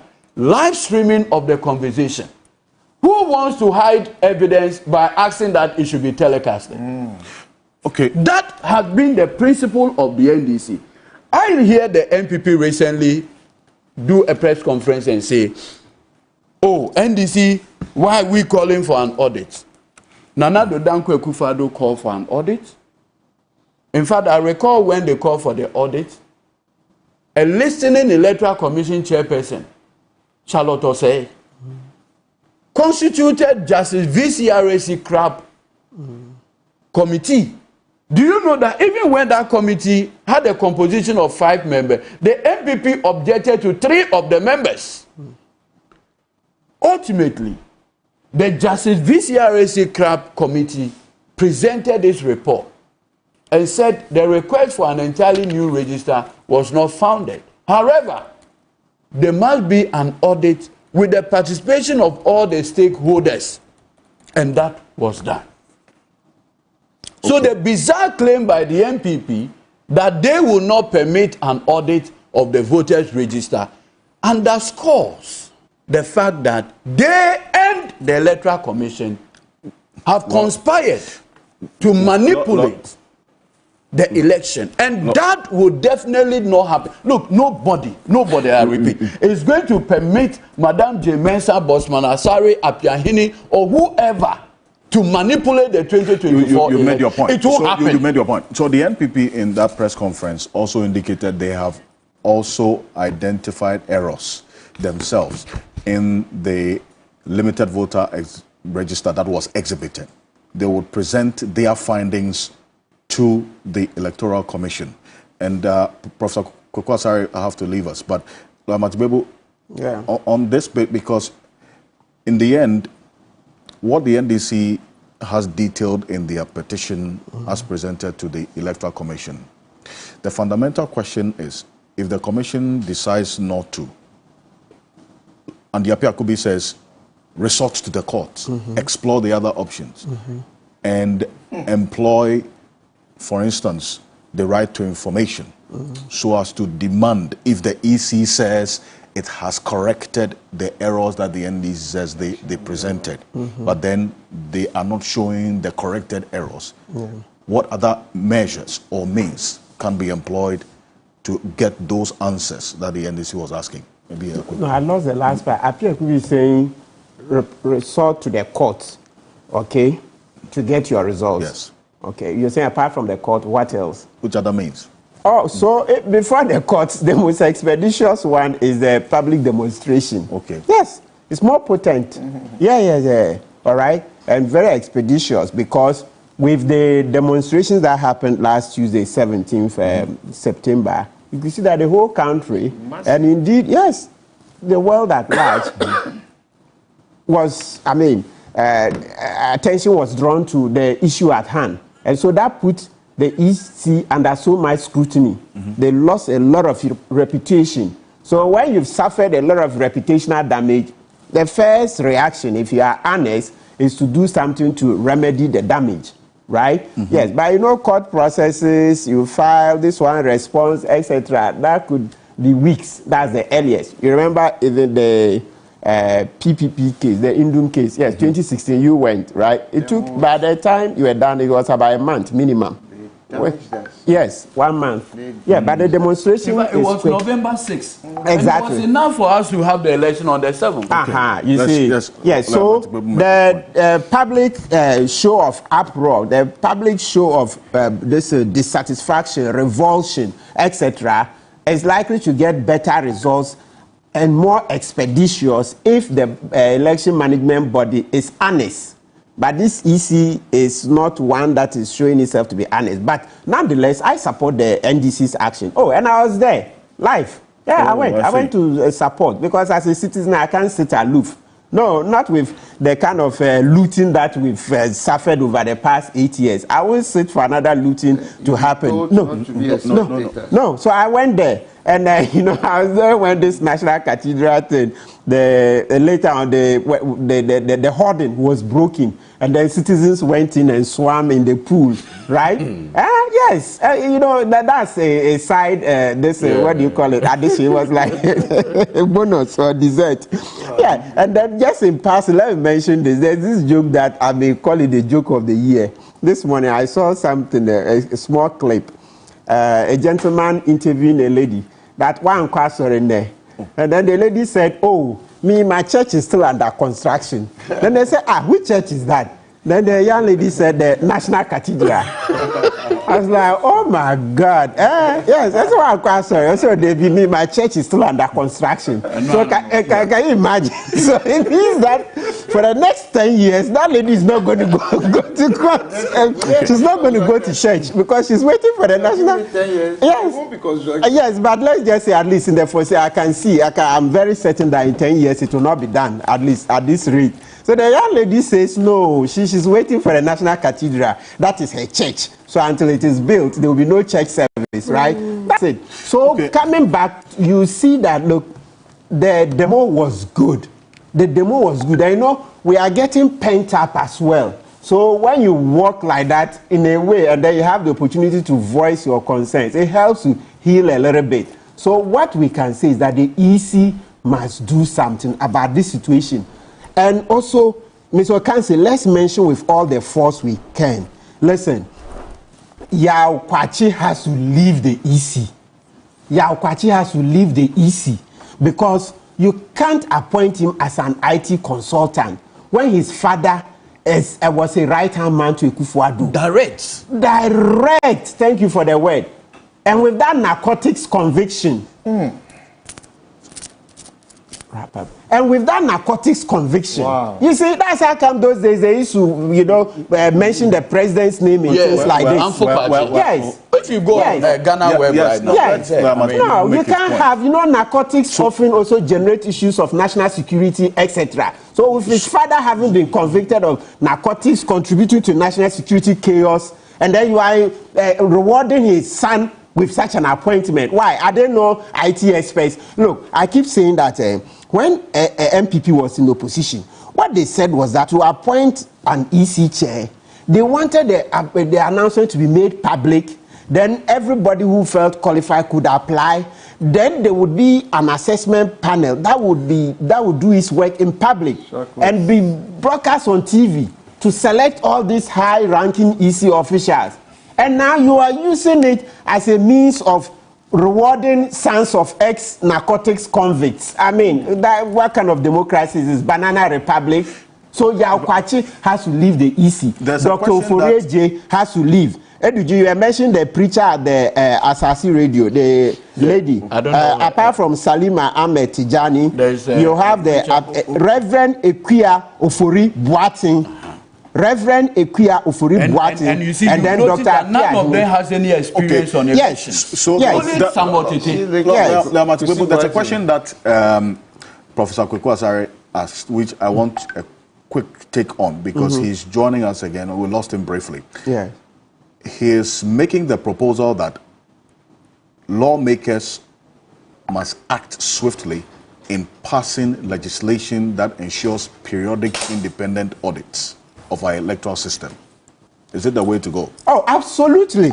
Absolutely. It's a no-brainer. So, as I've said, you know, the country is changing. Nowadays, when I walk around, I think, we are becoming more conscious, all right? Citizens are beginning to assert themselves. So, yes, that's the way to go. Independent audit. So, they've mentioned the Kenyan examples, right? And all the troubles they had over there, right? So, for us, it's the way to go because we are supposed to lead the Black Star of Africa. That is what Kwame Nkrumah meant for us, right? So this EC, apart from this independence, so you see the word is independence. So let's start it right now with the removal of Yao Kwachi and Dr. Oforeje being also part of the this EC electoral register. There are IT persons in the EC there, Dr. Oforeje and then Yao Kwachi. Please. Well, Professor Kweku Asare, just a few minutes on this, because that point that you make about the way forward after this conversation, the long-term or short to medium-term effect of this should not end after the 2024 election.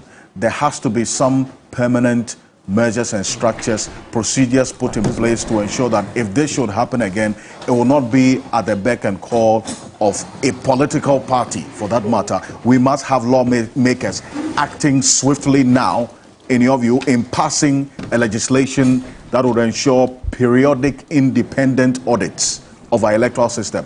That's a consideration you want to be made? Yes, absolutely. And I myself, I'll draft a bill and then actively try to pursue it because it's, you know, it's overdue. Kenya has a law, by the way, and their law says quadrennially, that is every 4 years, there has to be an independent audit. Normally, KPMG will do that audit. And when you read those audit reports, they are very, very informative. And the EC, the EC equivalent of the EC in Kenya, has been the biggest beneficiary of these audits.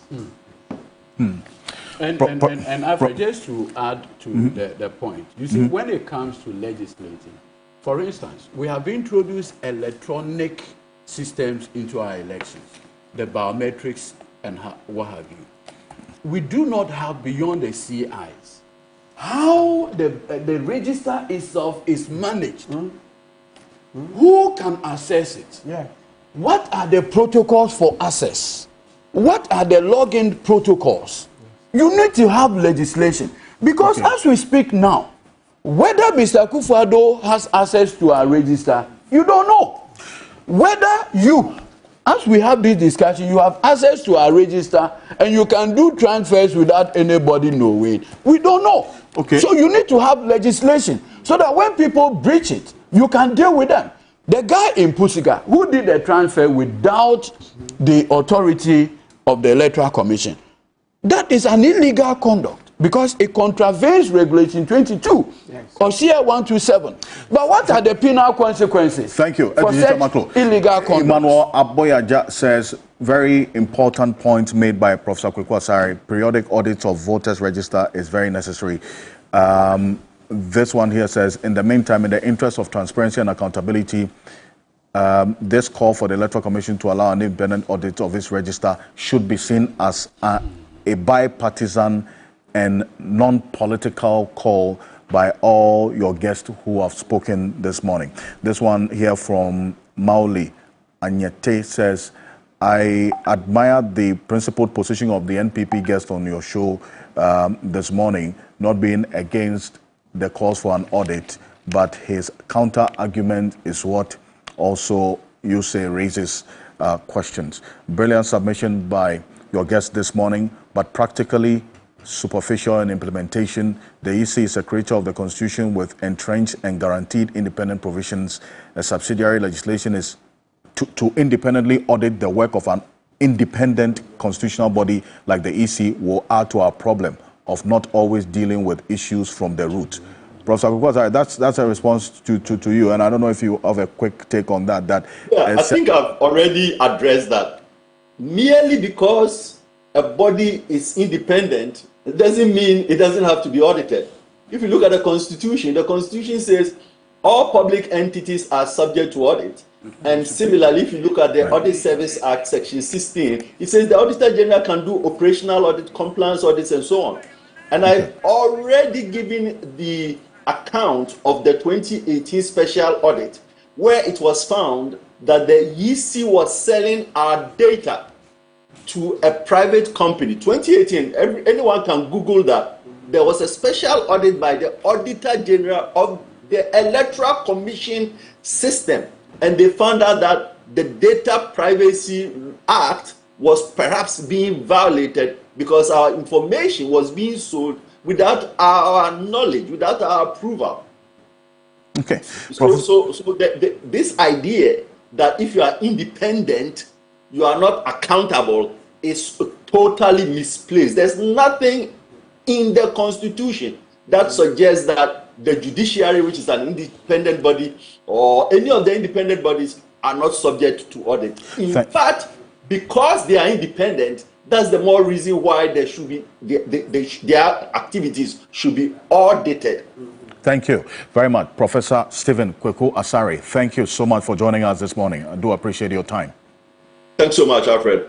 Appreciate it. It's a Democracy and Development Fellow in Justice, the Center for Democratic Development, CDD, Professor Kweku Asare, thank you so much. This one here says, famous to me, Aqua. When Andy Apiakubi was the student of Afarijan, there was no NDC. He says, thank you very much for your message. This one here from Musa Abatwa in Aswasi says, Alfred, the disqualification of some candidates by the Electoral Commission without a thorough examination of their papers raises concerns about sincerity and fairness. This suggests an underlying agenda to favor some political parties. However, no level of ballot manipulation should be countenanced. Hadi from Pig Farm. Did I hear the MPP saying they will demonstrate if the EC agreed to the NDC's proposal? What will be the MPP's reason for hitting the streets? What will be the caption, or perhaps, he says, the message to the international community? This one here from Theophilos, who sends us a message as well. It says, good morning, great conversation this morning. I would like to inquire from your panel whether a sitting president can be prevented from appointing an electoral commission chairperson and officials. This could help alleviate conflicts of interest. If the IEA and other electoral agencies were to collaborate, interested neutral persons could be elected to become the EC chairperson, you say. Thank you. And I have some updates from the accident that I just announced from one of the police chiefs watching us right now.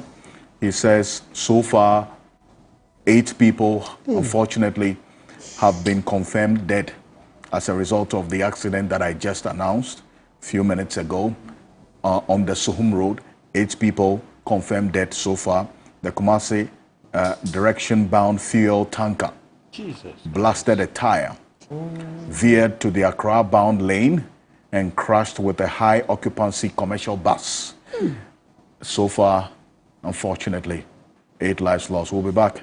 I have a quick take on this illegal mining matter because the only conversation we want to have on it is what was happening between 2017 and 2019.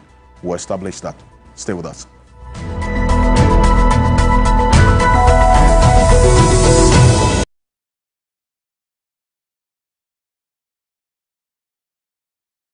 712 hash. Luck is everywhere. 8K. Hey, you get an 8K. Get the packing from your command. Wallah. Hey, wait. You can put it on this tab. This is my man. Good luck. Hey, Bill Radio. We are star 712. It's much more follow. I'm on dialing the magic numbers. Star 712. Now welcome to the luckiest. Aha, and now with me at home ticket. You can buy for yourself or your loved one. Mommy, tell mommy who's here. You're buying for me, right? Or who else? Oh. Let me choose buy tickets for Audit. Love you, boo boo. Maybe straight to option 4. Now we try you need to buy tickets worth 50 Ghana to qualify. Yes, you can buy random or preferred tickets. I'm choosing random tickets. Listen, if you buy the random ticket, the system chooses a random number for you. But if you buy the preferred, you get to input your own preferred 5 digits. 5. Baby, give me your 5 numbers. And how much are we buying? Babe, look at the body and buy you. With your body, So good, miss. Hey, there, tread cautiously. Now follow the prompts and confirm. Now the luckiest. The luckiest is regulated by the NLA on the Caritas platform, not for persons below 18 years. T&Cs apply.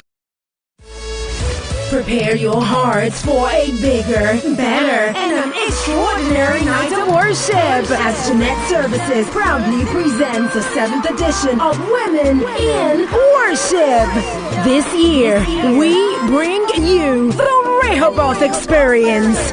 Join the powerful minstrels like never before, Mercy Chinro, Ada Ehi, Diana Hamilton, Empress Gifty, and an all-female team eternity featuring Effie Grace, JOA, Rafia, Achia, and Lordina the Soprano. Sunday, 22nd September 2024. Gates open 4 p.m. sharp. Oil Dome, Royal House Chapel International, Kaneshi Roundabout, Accra. Rates a cool 70 Ghana Cedis economy and 150 Ghana Cedis first class. Visit Airport Shell, Bachana Total, Community 11 1 and 2 Shell, or online via egotickets.com or dial *713 *33 *70 hush or call 0248 810 396 to purchase your tickets now. Sponsors, media partners, 3FM. Daughter, you still have a voice.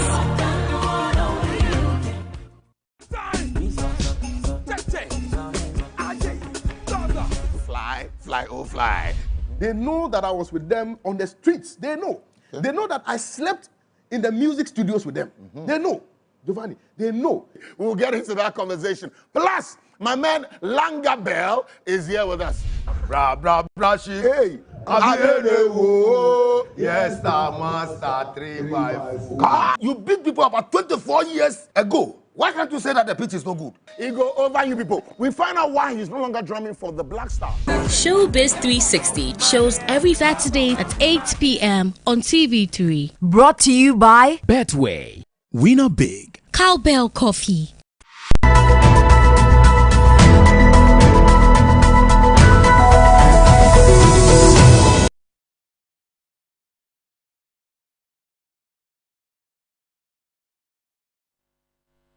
Let me respond briefly to the chairperson on the issue of illegal mining. I want to assure him and all of you that Akonta Mining is not engaged in any illegal mining anywhere in Ghana as we speak. Further, the Ministry of Lands and Natural Resources has, through the agency of the Forestry Commission, with the assistance of the military, made the effort to cordon off all 294 sites of forest reserves in the country and rid them of illegal mining as we speak. We will continue to work to ensure that this situation remains permanent. This government is determined to win the fight against Galamsey, no matter the cost in effort. Welcome back to Key Point on TV3. We're live on 3FM 92.7, also on TV3 Ghana on Facebook and on DSTV channel 279. We're all across the world on 3news.com. This morning, I've been clothed by Kogra Clothing, Cogra Clothing, the best version of you. You can locate them on the Spintex Road, 18 Junction, opposite the Allied Oil Filling Station, ground floor, same building with the Ghana Made store. Call them on 0244 238 341, 0244 238 341. And also on WhatsApp 0500 900099, 0500 900099. Choose Cogra Clothing, choose right. Now, let me welcome Alfred Apia, who's a data analyst and also a policy analyst, joining us for the only conversation on this legal mining matter is the establishment of what was happening between 2017 and 2019. All my guests have left us, but Alfred, good morning, welcome. I will leave the short. Hello?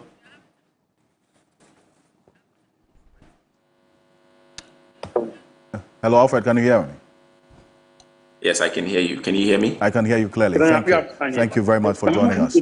Now, so I want to find out from you, first off, why you also support that point that between 2017 and 2019, when there was actually a ban on small-scale mining contributed to the revenue generated within the mining sector. Establish that for me. Okay, thanks. I was hoping to be able to share my screen so I can show you, but yes, but essentially when you we can enable that, but when you establish your point, yes. Basically, when you look at the ban was done in 2017, right? And I think by the end of 2018, it had been lifted. But when you look at that time, gold in terms of the small scale, and this is using data from the Minerals Commission, right? In 2017, small scale mining contributed to 34% of the total gold output. And then when you look at 2018, it actually contributed 43% to the total gold output. So definitely the impact of small scale mining cannot be discounted there, right? And when you look at the fact that the data from the regulator itself is talking about the fact that there was 43%. Even in the midst of the ban. But of course, an important point is that no matter what, we cannot discount the importance of gold to the Ghanaian economy, right? And then we also cannot discount what the small-scale mining sector in itself contributes to the overall production. I think that the fight against galamsey has failed. But it doesn't, and I think part of it, the main thing is that the governance of it has failed, right? But it doesn't, I don't think that the calls for outright ban, first of all, the data shows it doesn't work, because when you look at 2017 to 2019, the small-scale mining sector, even though we said we had banned all forms of small-scale mining, they were still contributing to gold output. And one of the things that you would see is when you actually look at the data over time, when you look at 2021, when the small-scale sector basically almost collapsed in the sense that a lot of them were withholding because of the withholding tax that the government instituted, right? Like the 3% withholding tax on processed gold. What was happening was a lot of them were not going through the formal system of going through the PMMC, the Precious Minerals mining company. They were going outside of it. And so when you look at, this was when Ghana also lost its position as #1 in gold production in Africa, and lost that to South Africa. So the sector is very important, but the fact that the whole governance of it has failed in terms of trying to regulate the small scale sector doesn't mean that an outright ban is going to work, right? And that's a key thing that we have to establish, because when you look at the fight against galamsey, it's basically similar to all the different all the other approaches that we use for different issues. There's no accountability. Right. Alfred, you can share your screen now briefly. Mm-hmm. Yeah, so this is the point that I was making with the, yes, let me just share this one so we can all see. Right. Yes. So you can see that this is data from the Minerals Commission 2016-2020 data is from Minerals Commission 2021-23 is from the Ghana Chamber of Mines. But you can see that in 2018, when we had banned, right, it was 43%. Small scale was contributing 43% to the Ghana's gold output. When you look at 2017, it was contributing 34%. So this whole idea of banning, the data is telling us that it didn't really work, right? Like it didn't really lead to any substantive decline in the contribution of the small scale sector to the overall gold And in output. fact, the ban went into one part of 2019. So we see 35.9% contribution of small scale mining to the revenue from the mining sector in 2019. Yeah. By the whole of 2018, there was a ban in place, but small scale mining contributed 43.1% to the total revenue. Absolutely. Yeah. Wow. Absolutely. And so to me, I don't think the ban is going to work, right? I don't think an outright ban is going to work. And of course, the implications of that are even dire, like especially when you look at things like the things that gold does for the Ghanaian economy, right? And so really, it's not the governance of it has failed, and that's a reflection of our governance structure overall, right? Like there's no accountability. We know that people, they're highly politically exposed people that are involved in this practice. Like, has anybody been brought to book over that, right? And so we hear of these idea of like the hidden faces in Galamsey and all of that. Who are these hidden faces and how have they become so powerful? Who are they financing? Whose campaign are they financing? Yeah, we're in an election period and we have no idea who is funding which main party's campaign. And so all of that, we know that the evidence tells us that there's illicit flow of finances into Ghanaian politics. But how are we tracing all of this and making all those connections? So until we get to that outright ban, it would just be a knee-jerk reaction that's not going to achieve the outcome that we want. And in fact, in a minute, you also established the point that even in going to 2023, let's go back to the previous slide, 1 minute, 2023, that's 27.7%. So even when the ban, in 2023, there was no ban. But in the year that there was a ban on small-scale mining, there was more revenue from small-scale mining, 43.1, as again 2023, 27.7. Yeah, absolutely. So, yeah, the evidence doesn't support the fact that these bans actually work. And so we really need to look beyond those and fix some of the governance issues that surround, like literally any other issue that we have in the country. So essentially, we were in a state of deception, really, that there was a ban. Actually, when small scale was going on. Yeah, you could say that for sure. Point well made. I think it's pretty clear with data for that matter. And this data, you would find a lot more of it on 3news.com. We intended to have an expansive conversation on this. And Alfred is going to join us next week because the Minerals Commission, they also want to speak to this and establish counter positions on this. We will see what they will bring to us so that we also have another point to have a conversation on. Lawyer Martin Bebo, thank you.